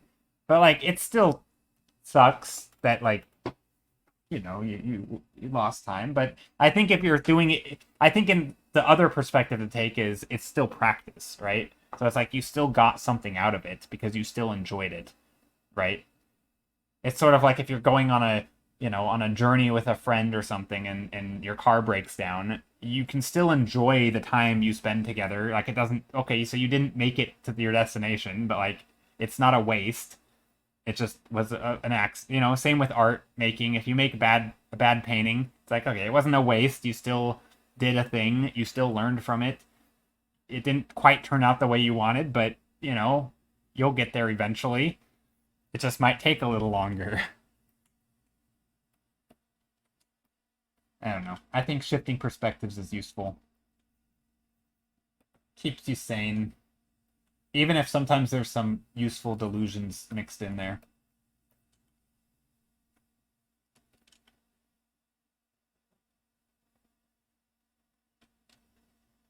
I'm a big fan of useful delusions. Like unnecessary optimism. Or the delusion that you are in total control of your future. I like those delusions, even though they're totally wrong.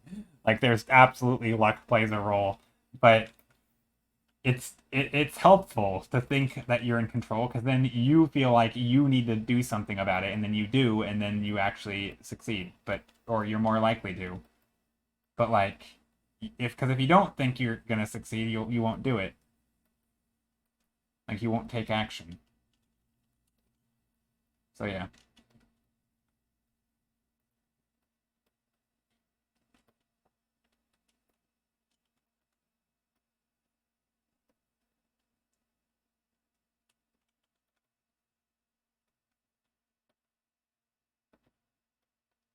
Alrighty. Here are some nice shapes, hopefully.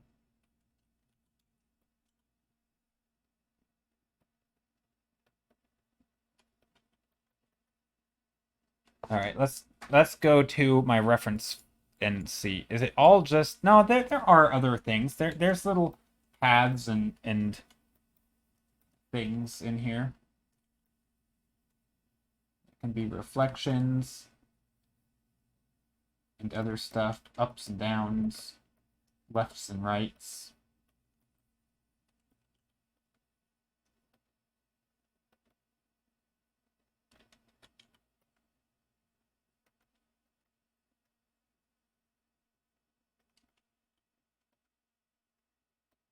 This is kind of green looking, which I kind of like. Kind of wild, actually.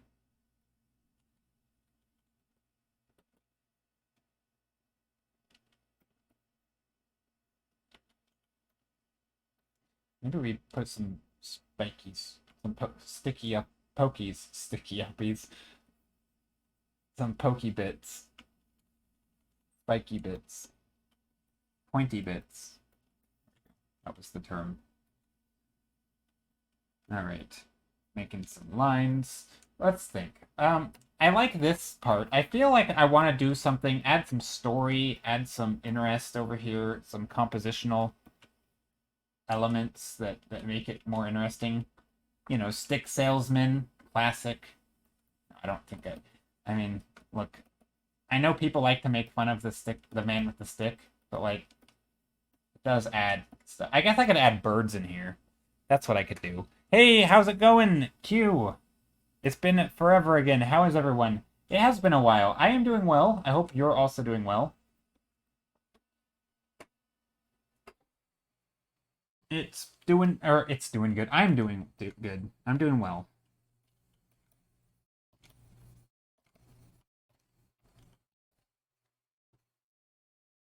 I feel like I need a new brush. One that is more, has like the same brush stroke, but with a different shape.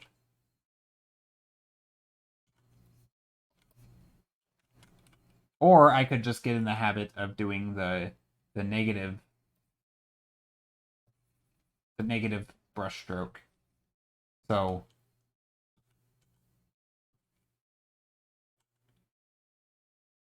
this. So if I go like that, I can hit Y and I can carve it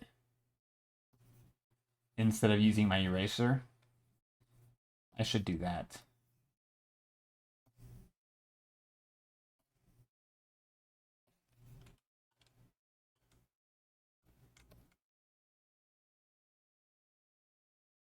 So I can go like, I can make a new layer. I can sketch in some sort of blob. And then I can hit Y and I can carve that blob.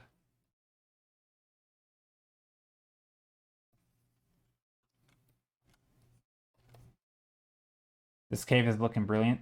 The color works so well. No, thanks. I'm pretty happy with it so far.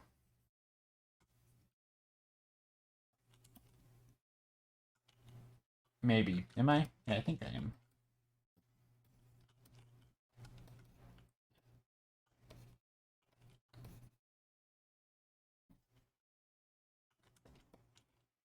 I'm trying to figure out where I want to put... I feel like I need a foreground spiky.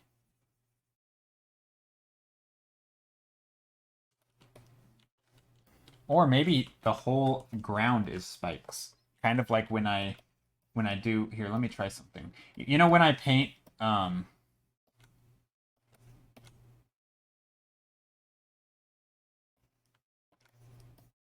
like grass, right? Where, you know, if you think of the grass as the top of the spikes, so this would be the same thing.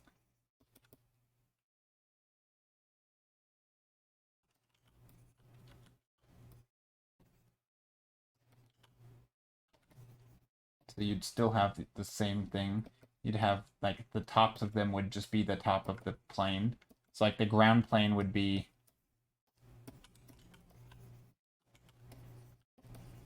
Maybe do this.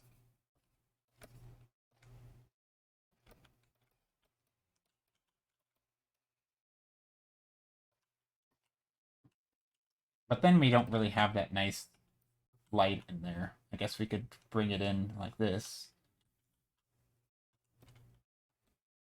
That could work. I mean, I'm kind of blobbing it in, and this would require a lot of painting. Maybe we do this. Actually, this could be a fun way to do it. Thank you for the follow. Kadu1, how are you?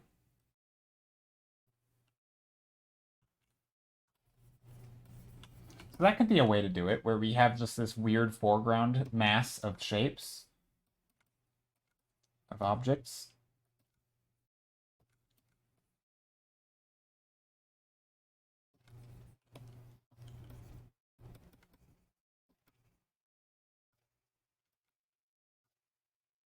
And it would be, because it's going through this path of light, I'd have to go in here and add in...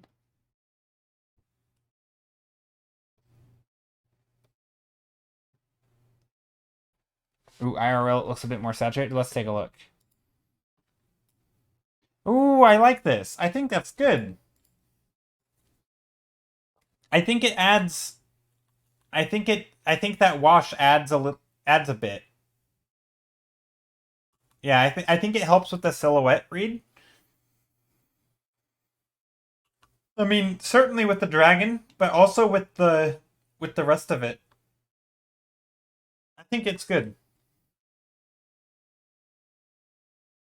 I have to open up the other one though now to see. I mean, it definitely made the yellow not as pure, right? Which obviously was going to happen. Can I share an animation I am working on for a friend? It's short. Oh, absolutely. Yep, you can. Yeah, I like this, Kath.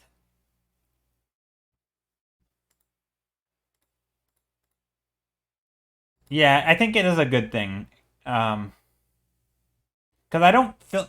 Yeah, I think as long as it doesn't read as muddy, which I don't think it does, because I think you still have the bright spots. Um, like you still have the tops of the yellow. Yeah, I like this. This is really nice. Okay, let's take a look. 10 seconds. Ooh, nice. Dang. That so this Goliath biped, this reminds me of a really sorry, I know I'm gonna make I'm gonna make an analogy. I'm gonna make a comparison to this that is something that ended up being a total flop. So don't take it as an insult, but it reminds me of the terrible game. Gosh, what was the game called? It's from Near Automata. Okay, I've never played that game, but there's a back in like at the start of MOBAs, so multi online battle arena games like Dota. Dota was the first, pretty much, and then you had, Dota 2, League of Legends. You had Smite, Heroes of New Earth, right? All these different games. There was one game I forgot what it was called, but it was like the first game to jump into like we're gonna do the whole MOBA thing, and like it was the first trying to be original new MOBA after Dota. And it had in its trade, I've got to forget the name of the game, but it had like this big tanky, blocky looking biped like robot thing, like a very big clunky thing. I forget. I don't. Gosh, what was the name of the game? But anyway, it reminds me of that. It was one of the characters that you could play as was this big clunky thing, and it had like something about the design translated to my head thought osmosis. I don't think it was that. It was I don't remember what it was, but it was something about the design of the character that they used in the trailer perfectly encapsulated the clunkiness of the game. Like I'm all for clunky characters. I think there's a time and place for them, and I think in certain especially in like it gives it a very realistic robotic feel, right? It's kind of clunky, it has weightiness to it. But I think when the play style of the entire game felt like you were playing with like these big clunky like it was not the vibe you wanted for a MOBA game where it's sort of this player versus player fast act, like you want real time, controllability. Like it was not a good game. It was a bad game. It had like only 6 characters too, and MOBAs historically had a ton. But yeah, no. Anyway, your animation is beautiful, and the character is awesome. Yeah, no, this is great. Thank you for sharing this. Hopefully, I didn't sound like I was insulting your work because it's wonderful.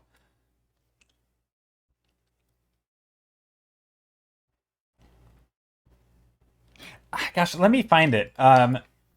Original MOBA games. I mean, I know. Okay, let's see.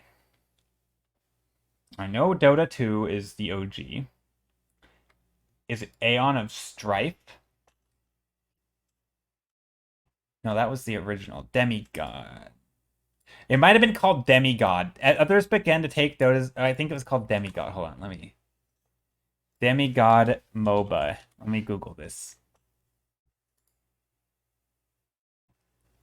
Oh, yes. I think this is the game. Maybe. Actually, maybe it's not. This looks way better than I remember. Maybe they developed it more. Hold on. Is that... I mean, it does have the big robot, so it kind of reminds me of that, but I don't remember the game looking this good, to be honest.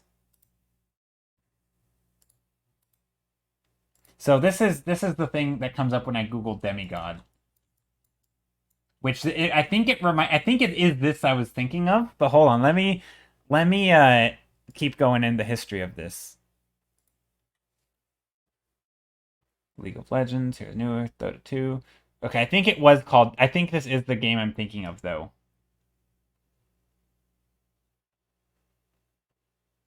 Not at all. Down the rabbit hole. Yeah, so I don't. I think this must have been the game I was thinking of, but I don't think this is what I remember of it. Obviously, this is very different than your thing. It's not at all the same, so my memory failed me. But I think it was this game where it had these big clunky demigod things, and maybe you could play different ones. Maybe this isn't the exact model that I remember, but it was just this clunkiness. Let me see if I can find other images. It probably isn't demigod. I don't know.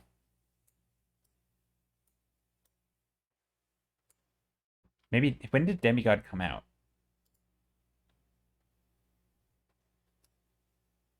2009? I mean, that's kind of right. Yeah, it sounds about right. I don't know. Maybe I'm wrong. I don't know. Not important, but it was just it's funny. I had this thought of like this big clunky robotic thing. Yeah, it reminds me of early MOBA days. Okay, so back to this painting. I am not sure what I want to do with this. I kind of want...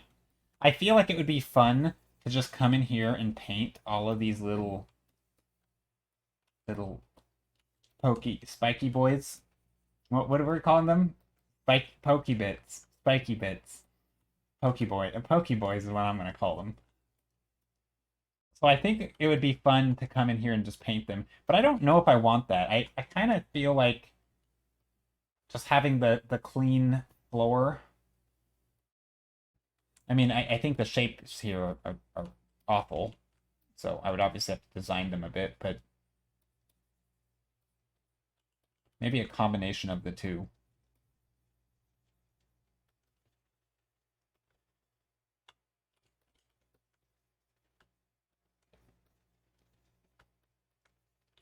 You could add an explorer with a miner's hat. Yeah, maybe. Yeah, no, I think adding little characters, silhouettes at least, is always a good idea. I'm just kind of trying to think of the scale, so like thinking of this as the ground plane.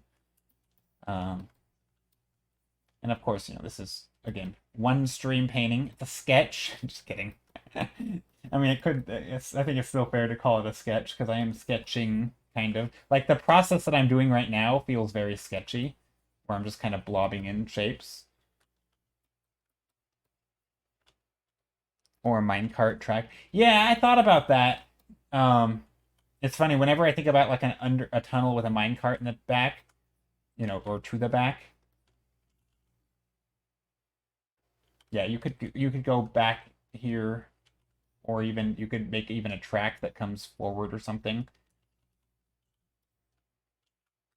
Yeah, it could do any of that. Any storytelling elements, really.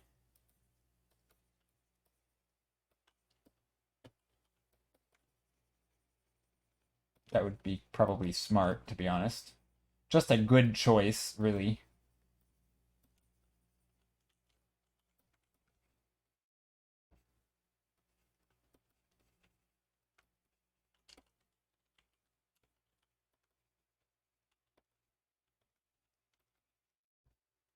Maybe the spikes. Ooh, this could be smart. So maybe the spikes make a path. So like the spikes lead the eye direct like this. So we have a path of sort of leading from the foreground, going that way.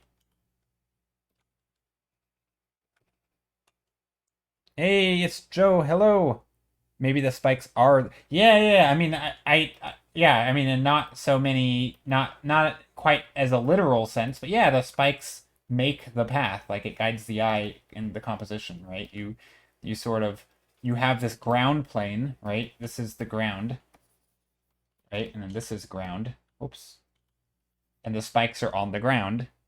No, as in literally. I mean, I don't know. I don't know how that would work. I don't know what that means.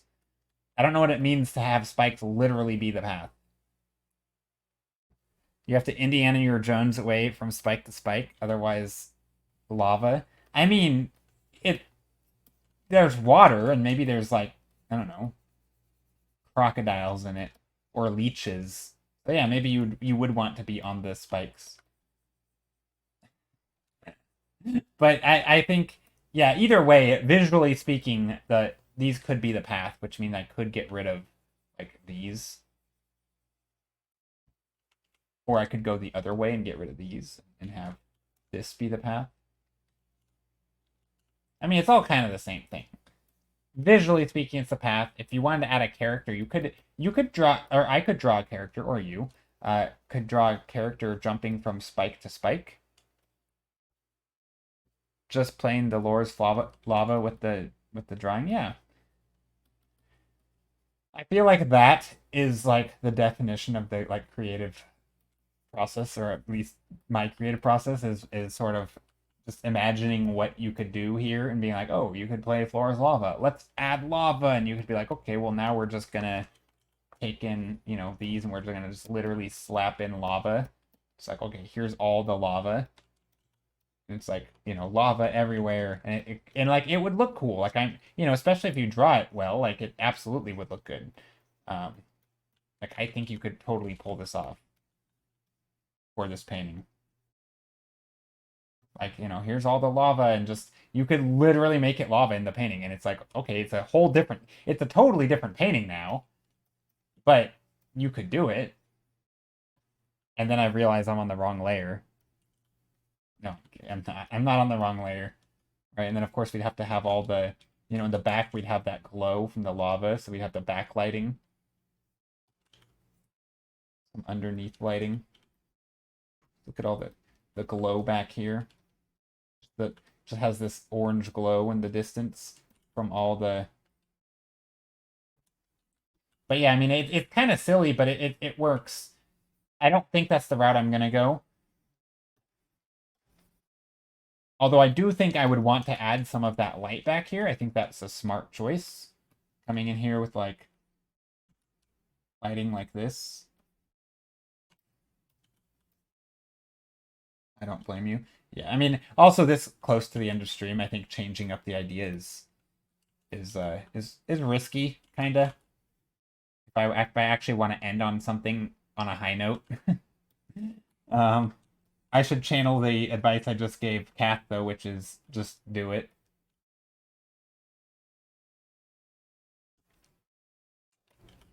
We can have little bits of light.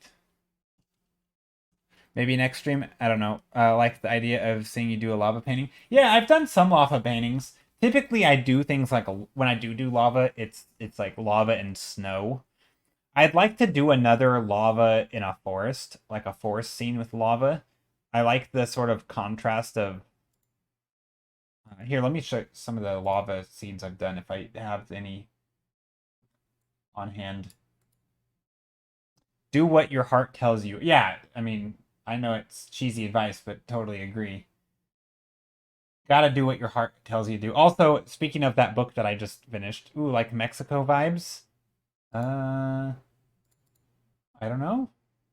Does Mexico have forest and lava? I don't know enough about Mexico to know. But no, there was this one that I did, which was snow and lava. This was like a path of lava. I didn't like the circular thingy I put here, but that's something else. Yeah, I've done a few lava scenes. Middle South Mexico. Oh, I didn't know that. I don't know anything. Yeah, I'm pretty ignorant about Mexico's geology or geography. Huh. Like Lost City of Gold. Oh, okay. True. I always thought that was further down. I didn't know that was in Mexico. Huh, I didn't know that. I always thought it was further south. Those sort of the in the jungle. But again, my geography and knowledge of the land is pretty bad. I think there was other ones that we did. We did this one that was lava and snow, very similar. But yeah, I think it would be fun to do lava and forest. I feel like it just makes a nice, again, nice contrast because you have greens and reds, which are obviously contrasting, but also you have dark colors in the dark burnt stuff, and then lava and underwater. Mm, that'd be hard. I feel like let me find images of that. I feel like that has got to be a difficult scene to see in. Underwater lava. What does this look like? It has to just be smoke and steam and murkiness, right? Like, this has got to be the least visible thing to see in. I mean, there is this. This is an image I just found.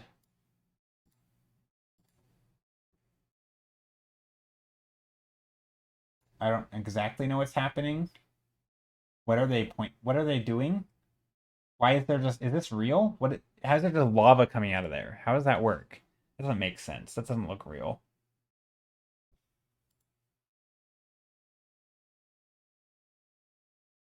No, we have this. This looks beautiful. Like this actually looks amazing as far as like a reference like these.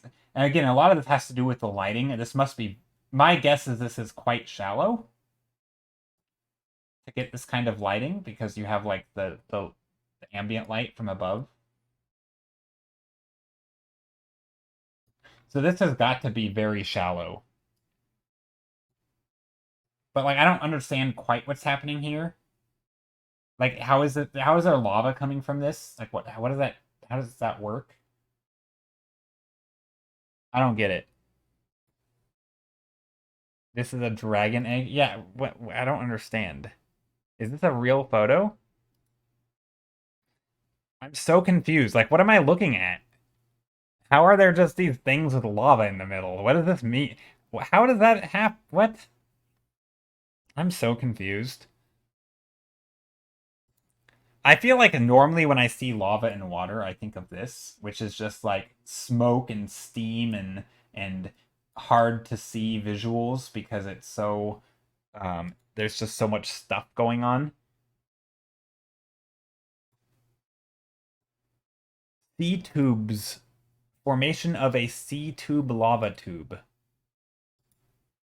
A lot of tubes. I'm gonna Google sea tube. Sea tube. No. Sea lava tube. Lava sea tubes. I don't know.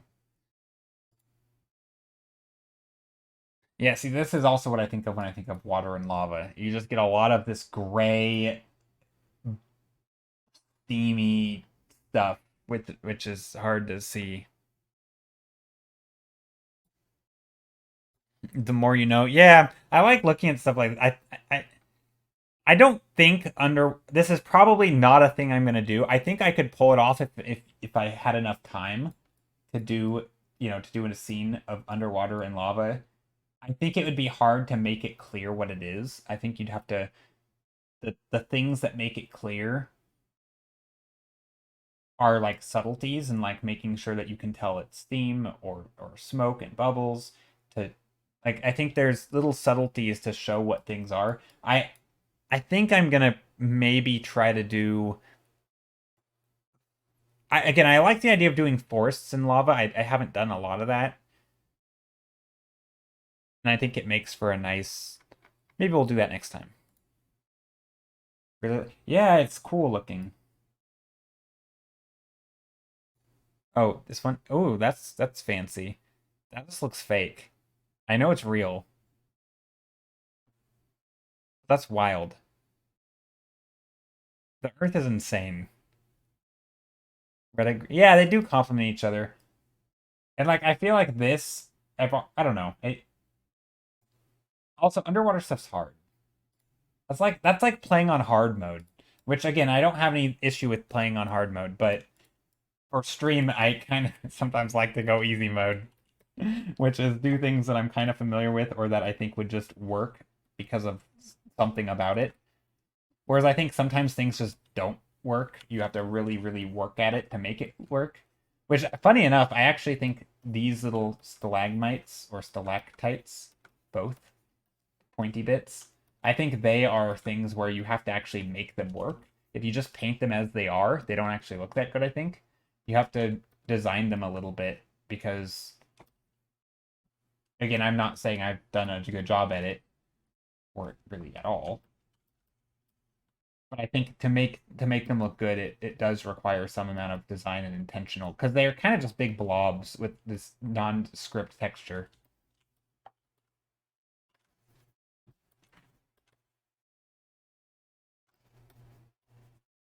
It's like when people make a painting, but there's no visible brushstrokes because everything is so finely blended, and it just looks like this, like what, like I don't know. It kind of loses its appeal a little bit, in my opinion. Do you stream EST? No, I stream Pacific time, so I'm Seattle time, West Coast. It is 3 p.m. for me. Or well, it's 3. Sorry, it's not 3 p.m. It's 2:30 for me, but I end ish around 3 p.m. Endish. That's a word. That's what I said.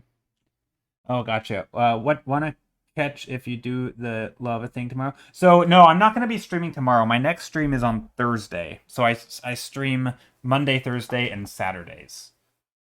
So today is Monday, Thursday. Yeah, Thursday will be next stream. So unfortunately, I will not stream tomorrow. Yeah, there's my schedule. But I always stream same time, so if you ever are whatever time it is for you, if you know, if it is a day that I stream, it will be during this time.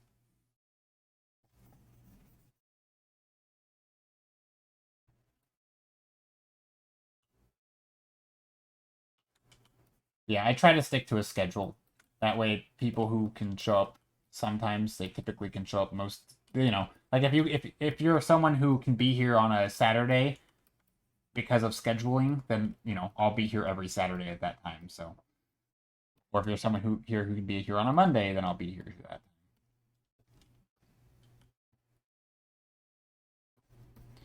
Okay, we're gonna go a little bit of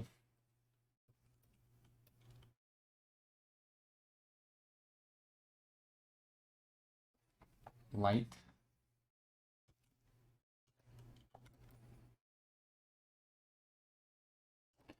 Sag shall be at work. Yeah, it happens. It's hard to get a time zone that works for. I mean, it's impossible to get a time zone that works for everybody.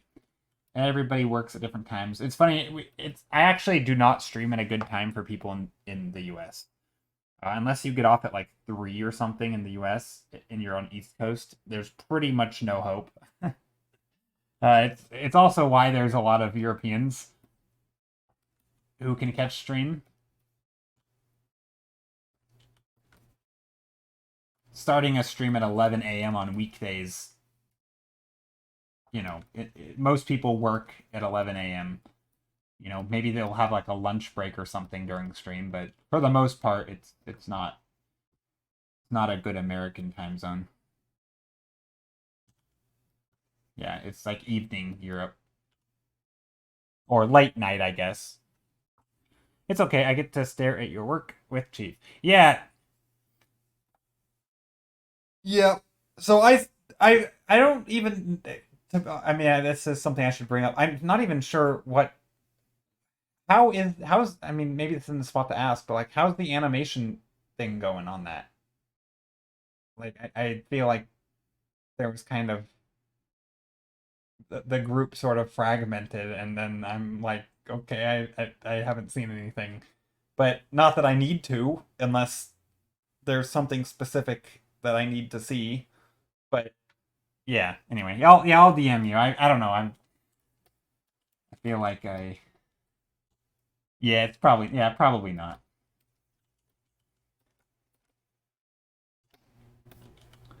Alrighty.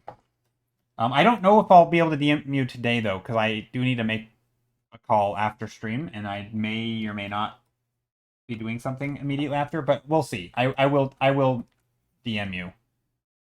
There are problems? Okay. Well, I will DM you. And that's okay? Okay.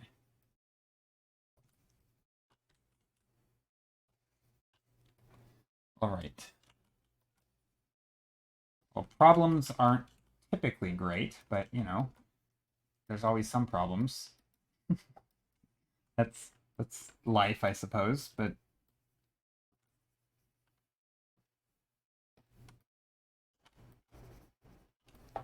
Okay, I think I like this. There's a big blue patch that I kind of don't like, actually. Maybe that needs to change. Big blue patch. I think this, maybe we should just carry it up. And then the blue can be behind it.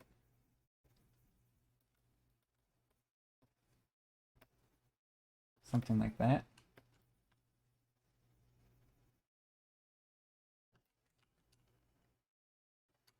That might be a bit more realistic. I don't know if I want realistic, though. I'm kind of a fan of not realistic, actually.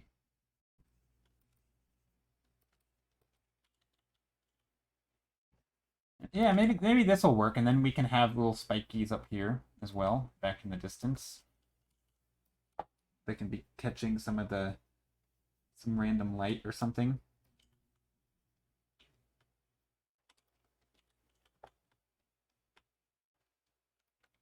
I don't know where the light's coming from, but I feel like it wants to be lit up here.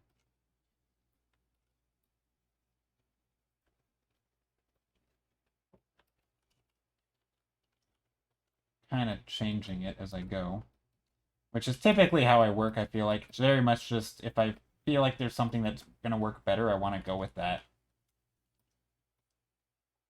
And again, this is a weird little spike or column here, but it'll work.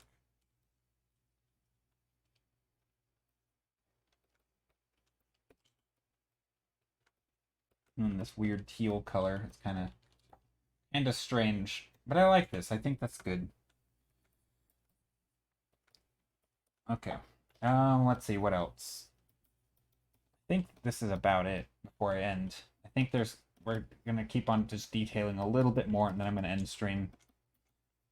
4 hours is about the maximum that I can stream before my brain is just incapable of having a conversation or having a train of thought that is coherent.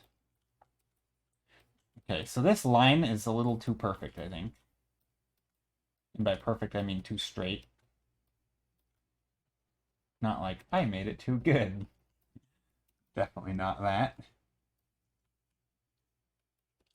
Okay, there's that.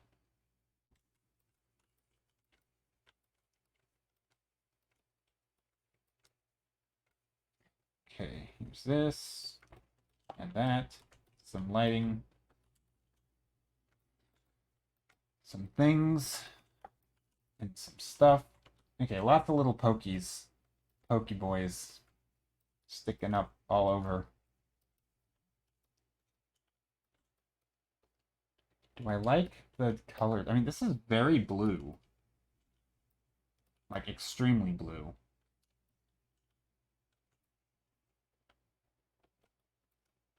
Also, we have this one thing sticking up here. I don't know if I like that. I mean, it's kind of cool. But also kind of not.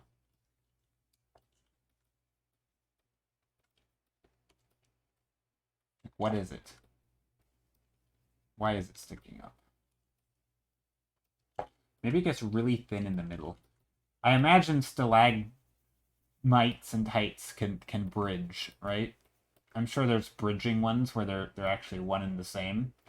They get really thin in the middle, where like the top one hangs down and is supported by the bottom one, so they don't break off. Seems like that has to be a thing, right? It's kind of making a tangent, but I think a tangent's okay in this point because it's literally the focal point.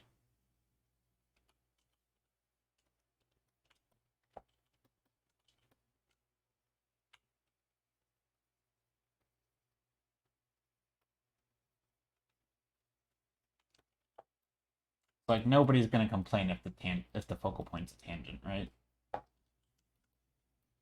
That's okay. I think tangents are okay in this circumstance.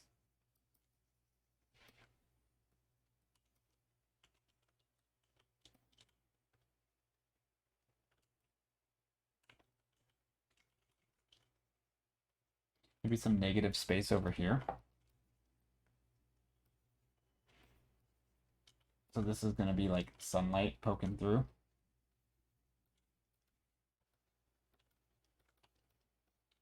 Maybe.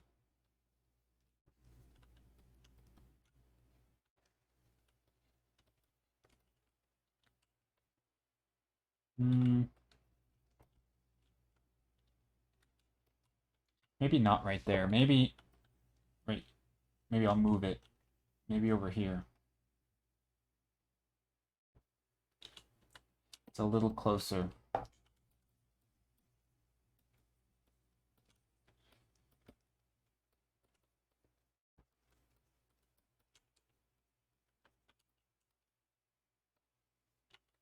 There, that could work. And then maybe we have some little spiky stuff down here. I don't know. Let's see, what else? I do like the foreground, though. I think the foreground is nice. I think it has the right amount of...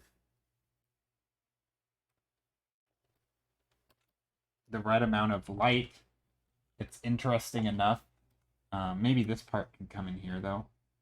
So there's a little bit of vignette, or not vignette, but like the edge kind of tapers off.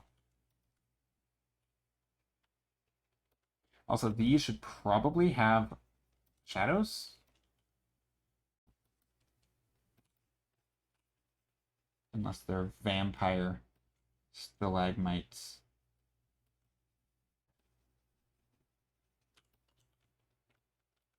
No shadows. Spooky. No shadows is super unsettling. I was playing a game of Teamfight Tactics about the other day, and for some reason one of the character models just didn't have a shadow on like the ground, and when all the others did, and it looked like it was just this weird floating disconnected thing, and it was hard to tell where it was situated in the scene. It was really, really jarring, and it looked extremely bad.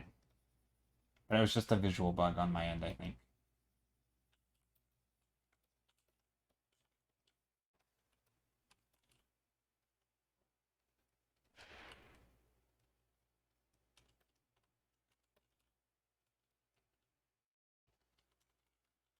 Okay, there's that. This. Okay.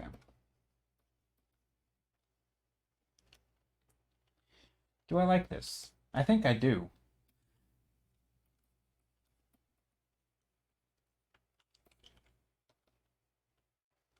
I kind of want to just find time and zoom in and just detail the crap out of this, which is a thing you'll never hear me say again because I typically am opposed to detailing too much. But I do feel like having some interesting textures in these could go a long way. Okay, just address it in group chat with Chief, myself, and you. Okay. All right. I'll take a look after stream. It's yeah, because I feel like I was kind of not sure what was going on.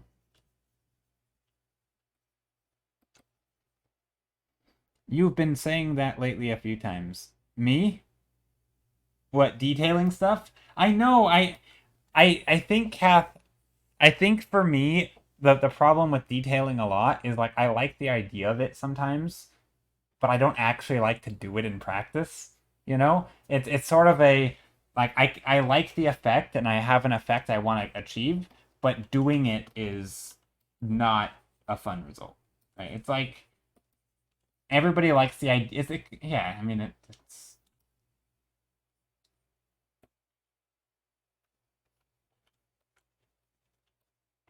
Yeah, I think that's pretty much all it is. I like the idea of it, but I would like to detail it because I think there's elements of like a texture in here that could look cool if I were to just zoom in like this on a higher resolution and just detail stuff and really add some textures and different things.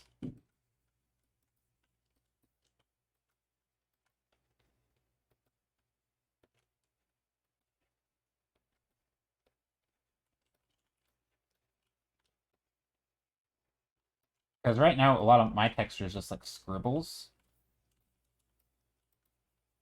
which, it's okay.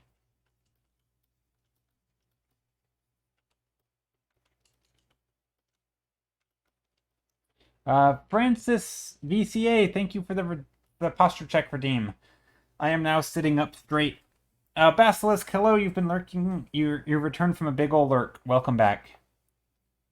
Yeah, I hope you had a good lurk. Alright. I am getting very close to wrapping up stream here. Lots of little things. I think this is I will say, I don't normally think of stream as a place to improve your art. I mean, I'm a big big advocate of sort of, doing practice in an environment where you're allowing yourself to fail more because, then you can actually try things. And I think stream is just not one of those typically because people like to make stuff that looks nice, right? It's sort of like or it's sort of like doing practice if you're going to post on social media because you want it to look nice enough to post. But I feel like my one-day paintings have been going a lot further sometimes than other times. I don't know. I feel like it's gone quite a bit further today than some days or one day. Like I'm ending at spots that I'm more happy with, even if I think I'm still not able to really explore too many ideas too crazy. Like if I wanted to come in here and do like insane textures and details, or maybe this wasn't all stalagmites, maybe these were little buildings and every single one of these had architecture and windows and, crazy stuff in here.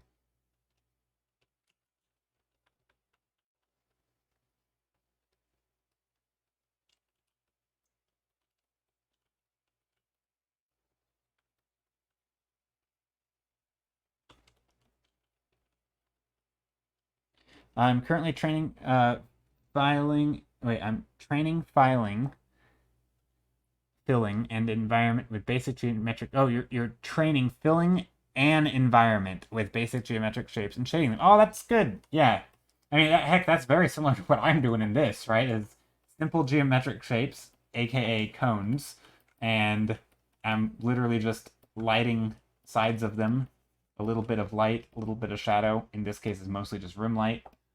Um, yeah, I mean, isn't that really all painting is filling environments with geometric shapes? Sometimes they're in human shape, sometimes they're not.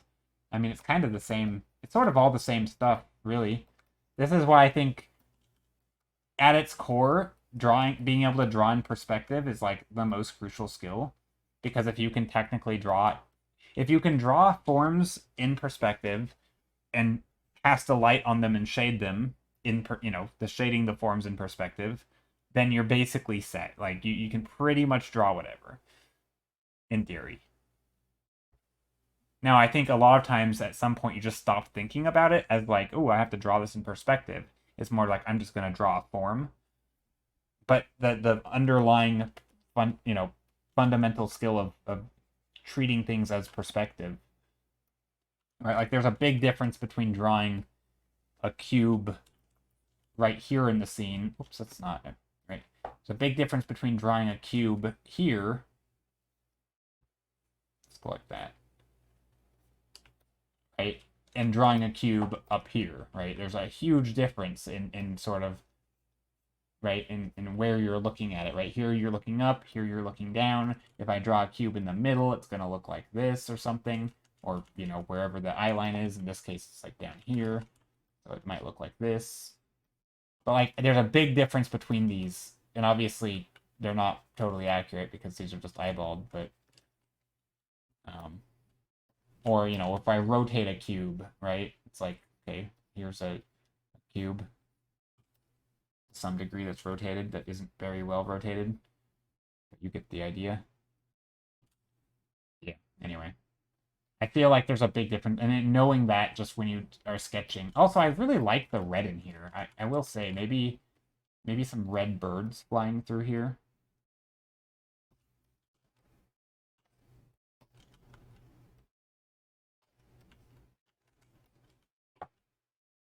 I feel like I want red in here. I think it looks nice. Maybe not. I mean, I do like it. Gosh, the red is cool, though. Isn't it? I mean, it's a little much.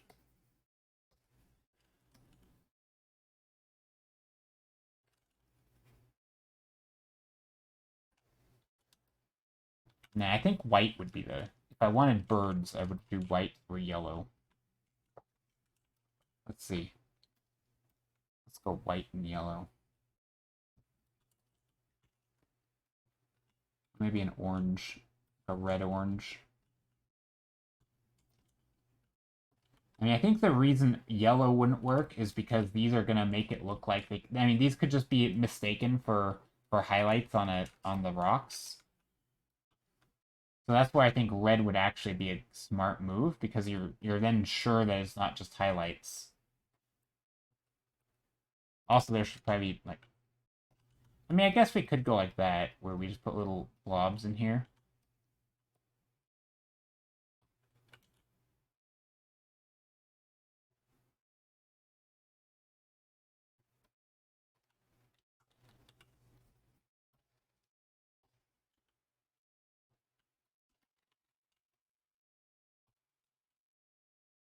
Bad. Could do like a little bird brush. I have one. Maybe I should use it. Nah, maybe not. We'll just go painterly today. Painterly blobs with the birds. Define their shapes by hand.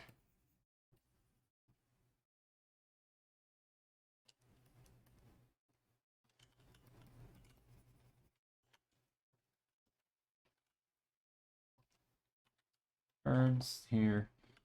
And maybe they're not even birds. Maybe they're like butterflies. Big butterflies. Or fairies.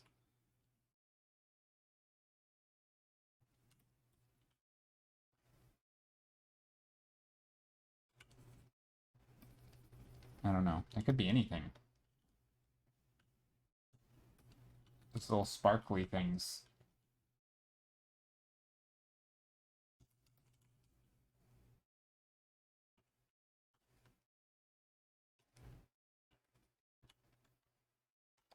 I think I like that.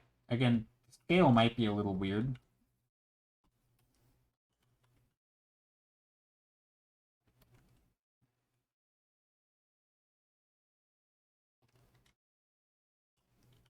And then, of course, we want some darker ones back here if these are truly just in light.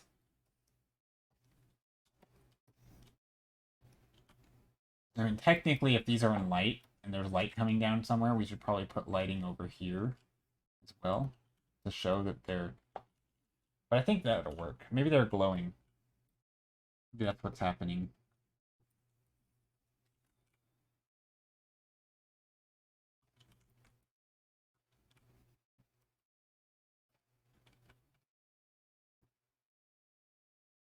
Yeah, go like that.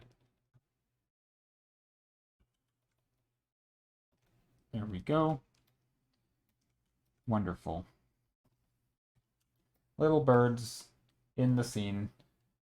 We could have like a character standing over here as well. As like a secondary character. Maybe he has a bit of red in him. We were talking about red earlier. Let's just draw a little character. Square head. Let's do this. New layer. Square head. Blobby base.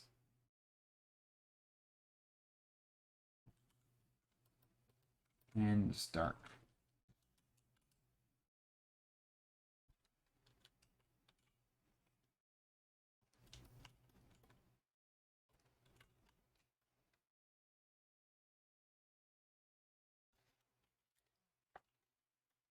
That where he is. Flip horizontally.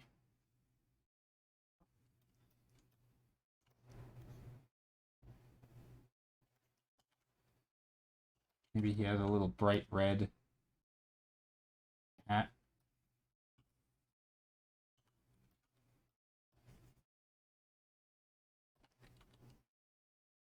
I mean, that's pretty intense colors there.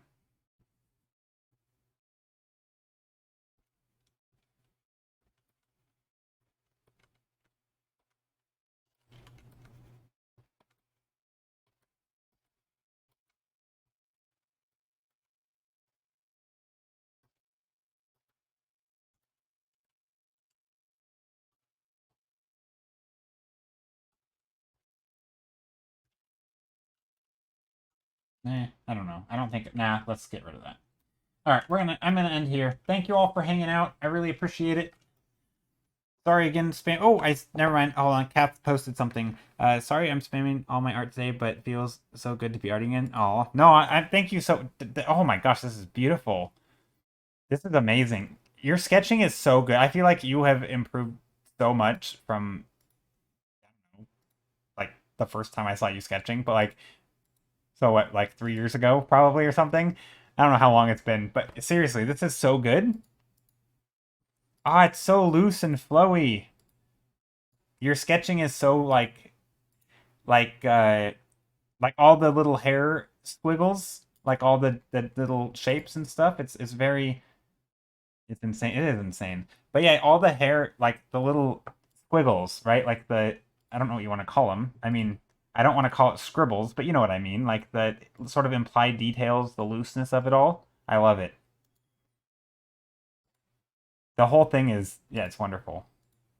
And then you have like the face is the focal point, which there's actual details, and then everything else is back to loose again. This is really good. I think that's it.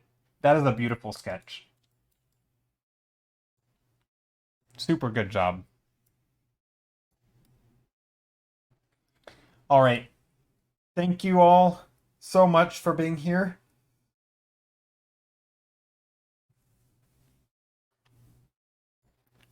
We are going to raid somebody. We are going to go to the Twitch and see. Maybe we could go to Carson Druitt. Didn't we go there before? Didn't he raid us before? Let's see. Did Carson raid us or did we raid him last time?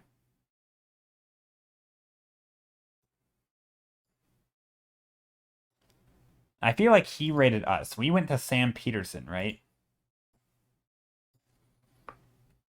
I think we went to Sam Peterson. Carson Druitt does a lot of very intricate stuff. I think he raided us. So there is Carson Druitt. We're gonna go over there. He does very intricate sketching, or not even sketching, just very intricate art. Sketch looks like if a lady from Witcher TV show. Looks like the elf lady from the Witcher TV show. No, I think that's a compliment. Thank you. What tastic? Thank you so much for being here. Yeah, we're gonna go over to Carson Druitt. Thank you all for hanging out today. I really appreciate it. Thank you for the donation, the follows, the subs, all the stuff that happened. Hope to see you again on Thursday. And yeah, I'm pretty happy with today's painting. I think all in all, it turned out good. But yeah, we do have a raid call. You should totally copy and paste the raid call and spam Carson when we get over there with the raid call. I don't know, it's nice. I think it's fun when you have a whole party of people entering. But yeah, hope you all have a good rest of your week. Hope you stay hydrated and not too hot, depending on where you are in the world. And yeah, take care of yourselves. Happy arting, happy week, and see you Thursday. more arting on Thursday. All right, see y'all. Thank you again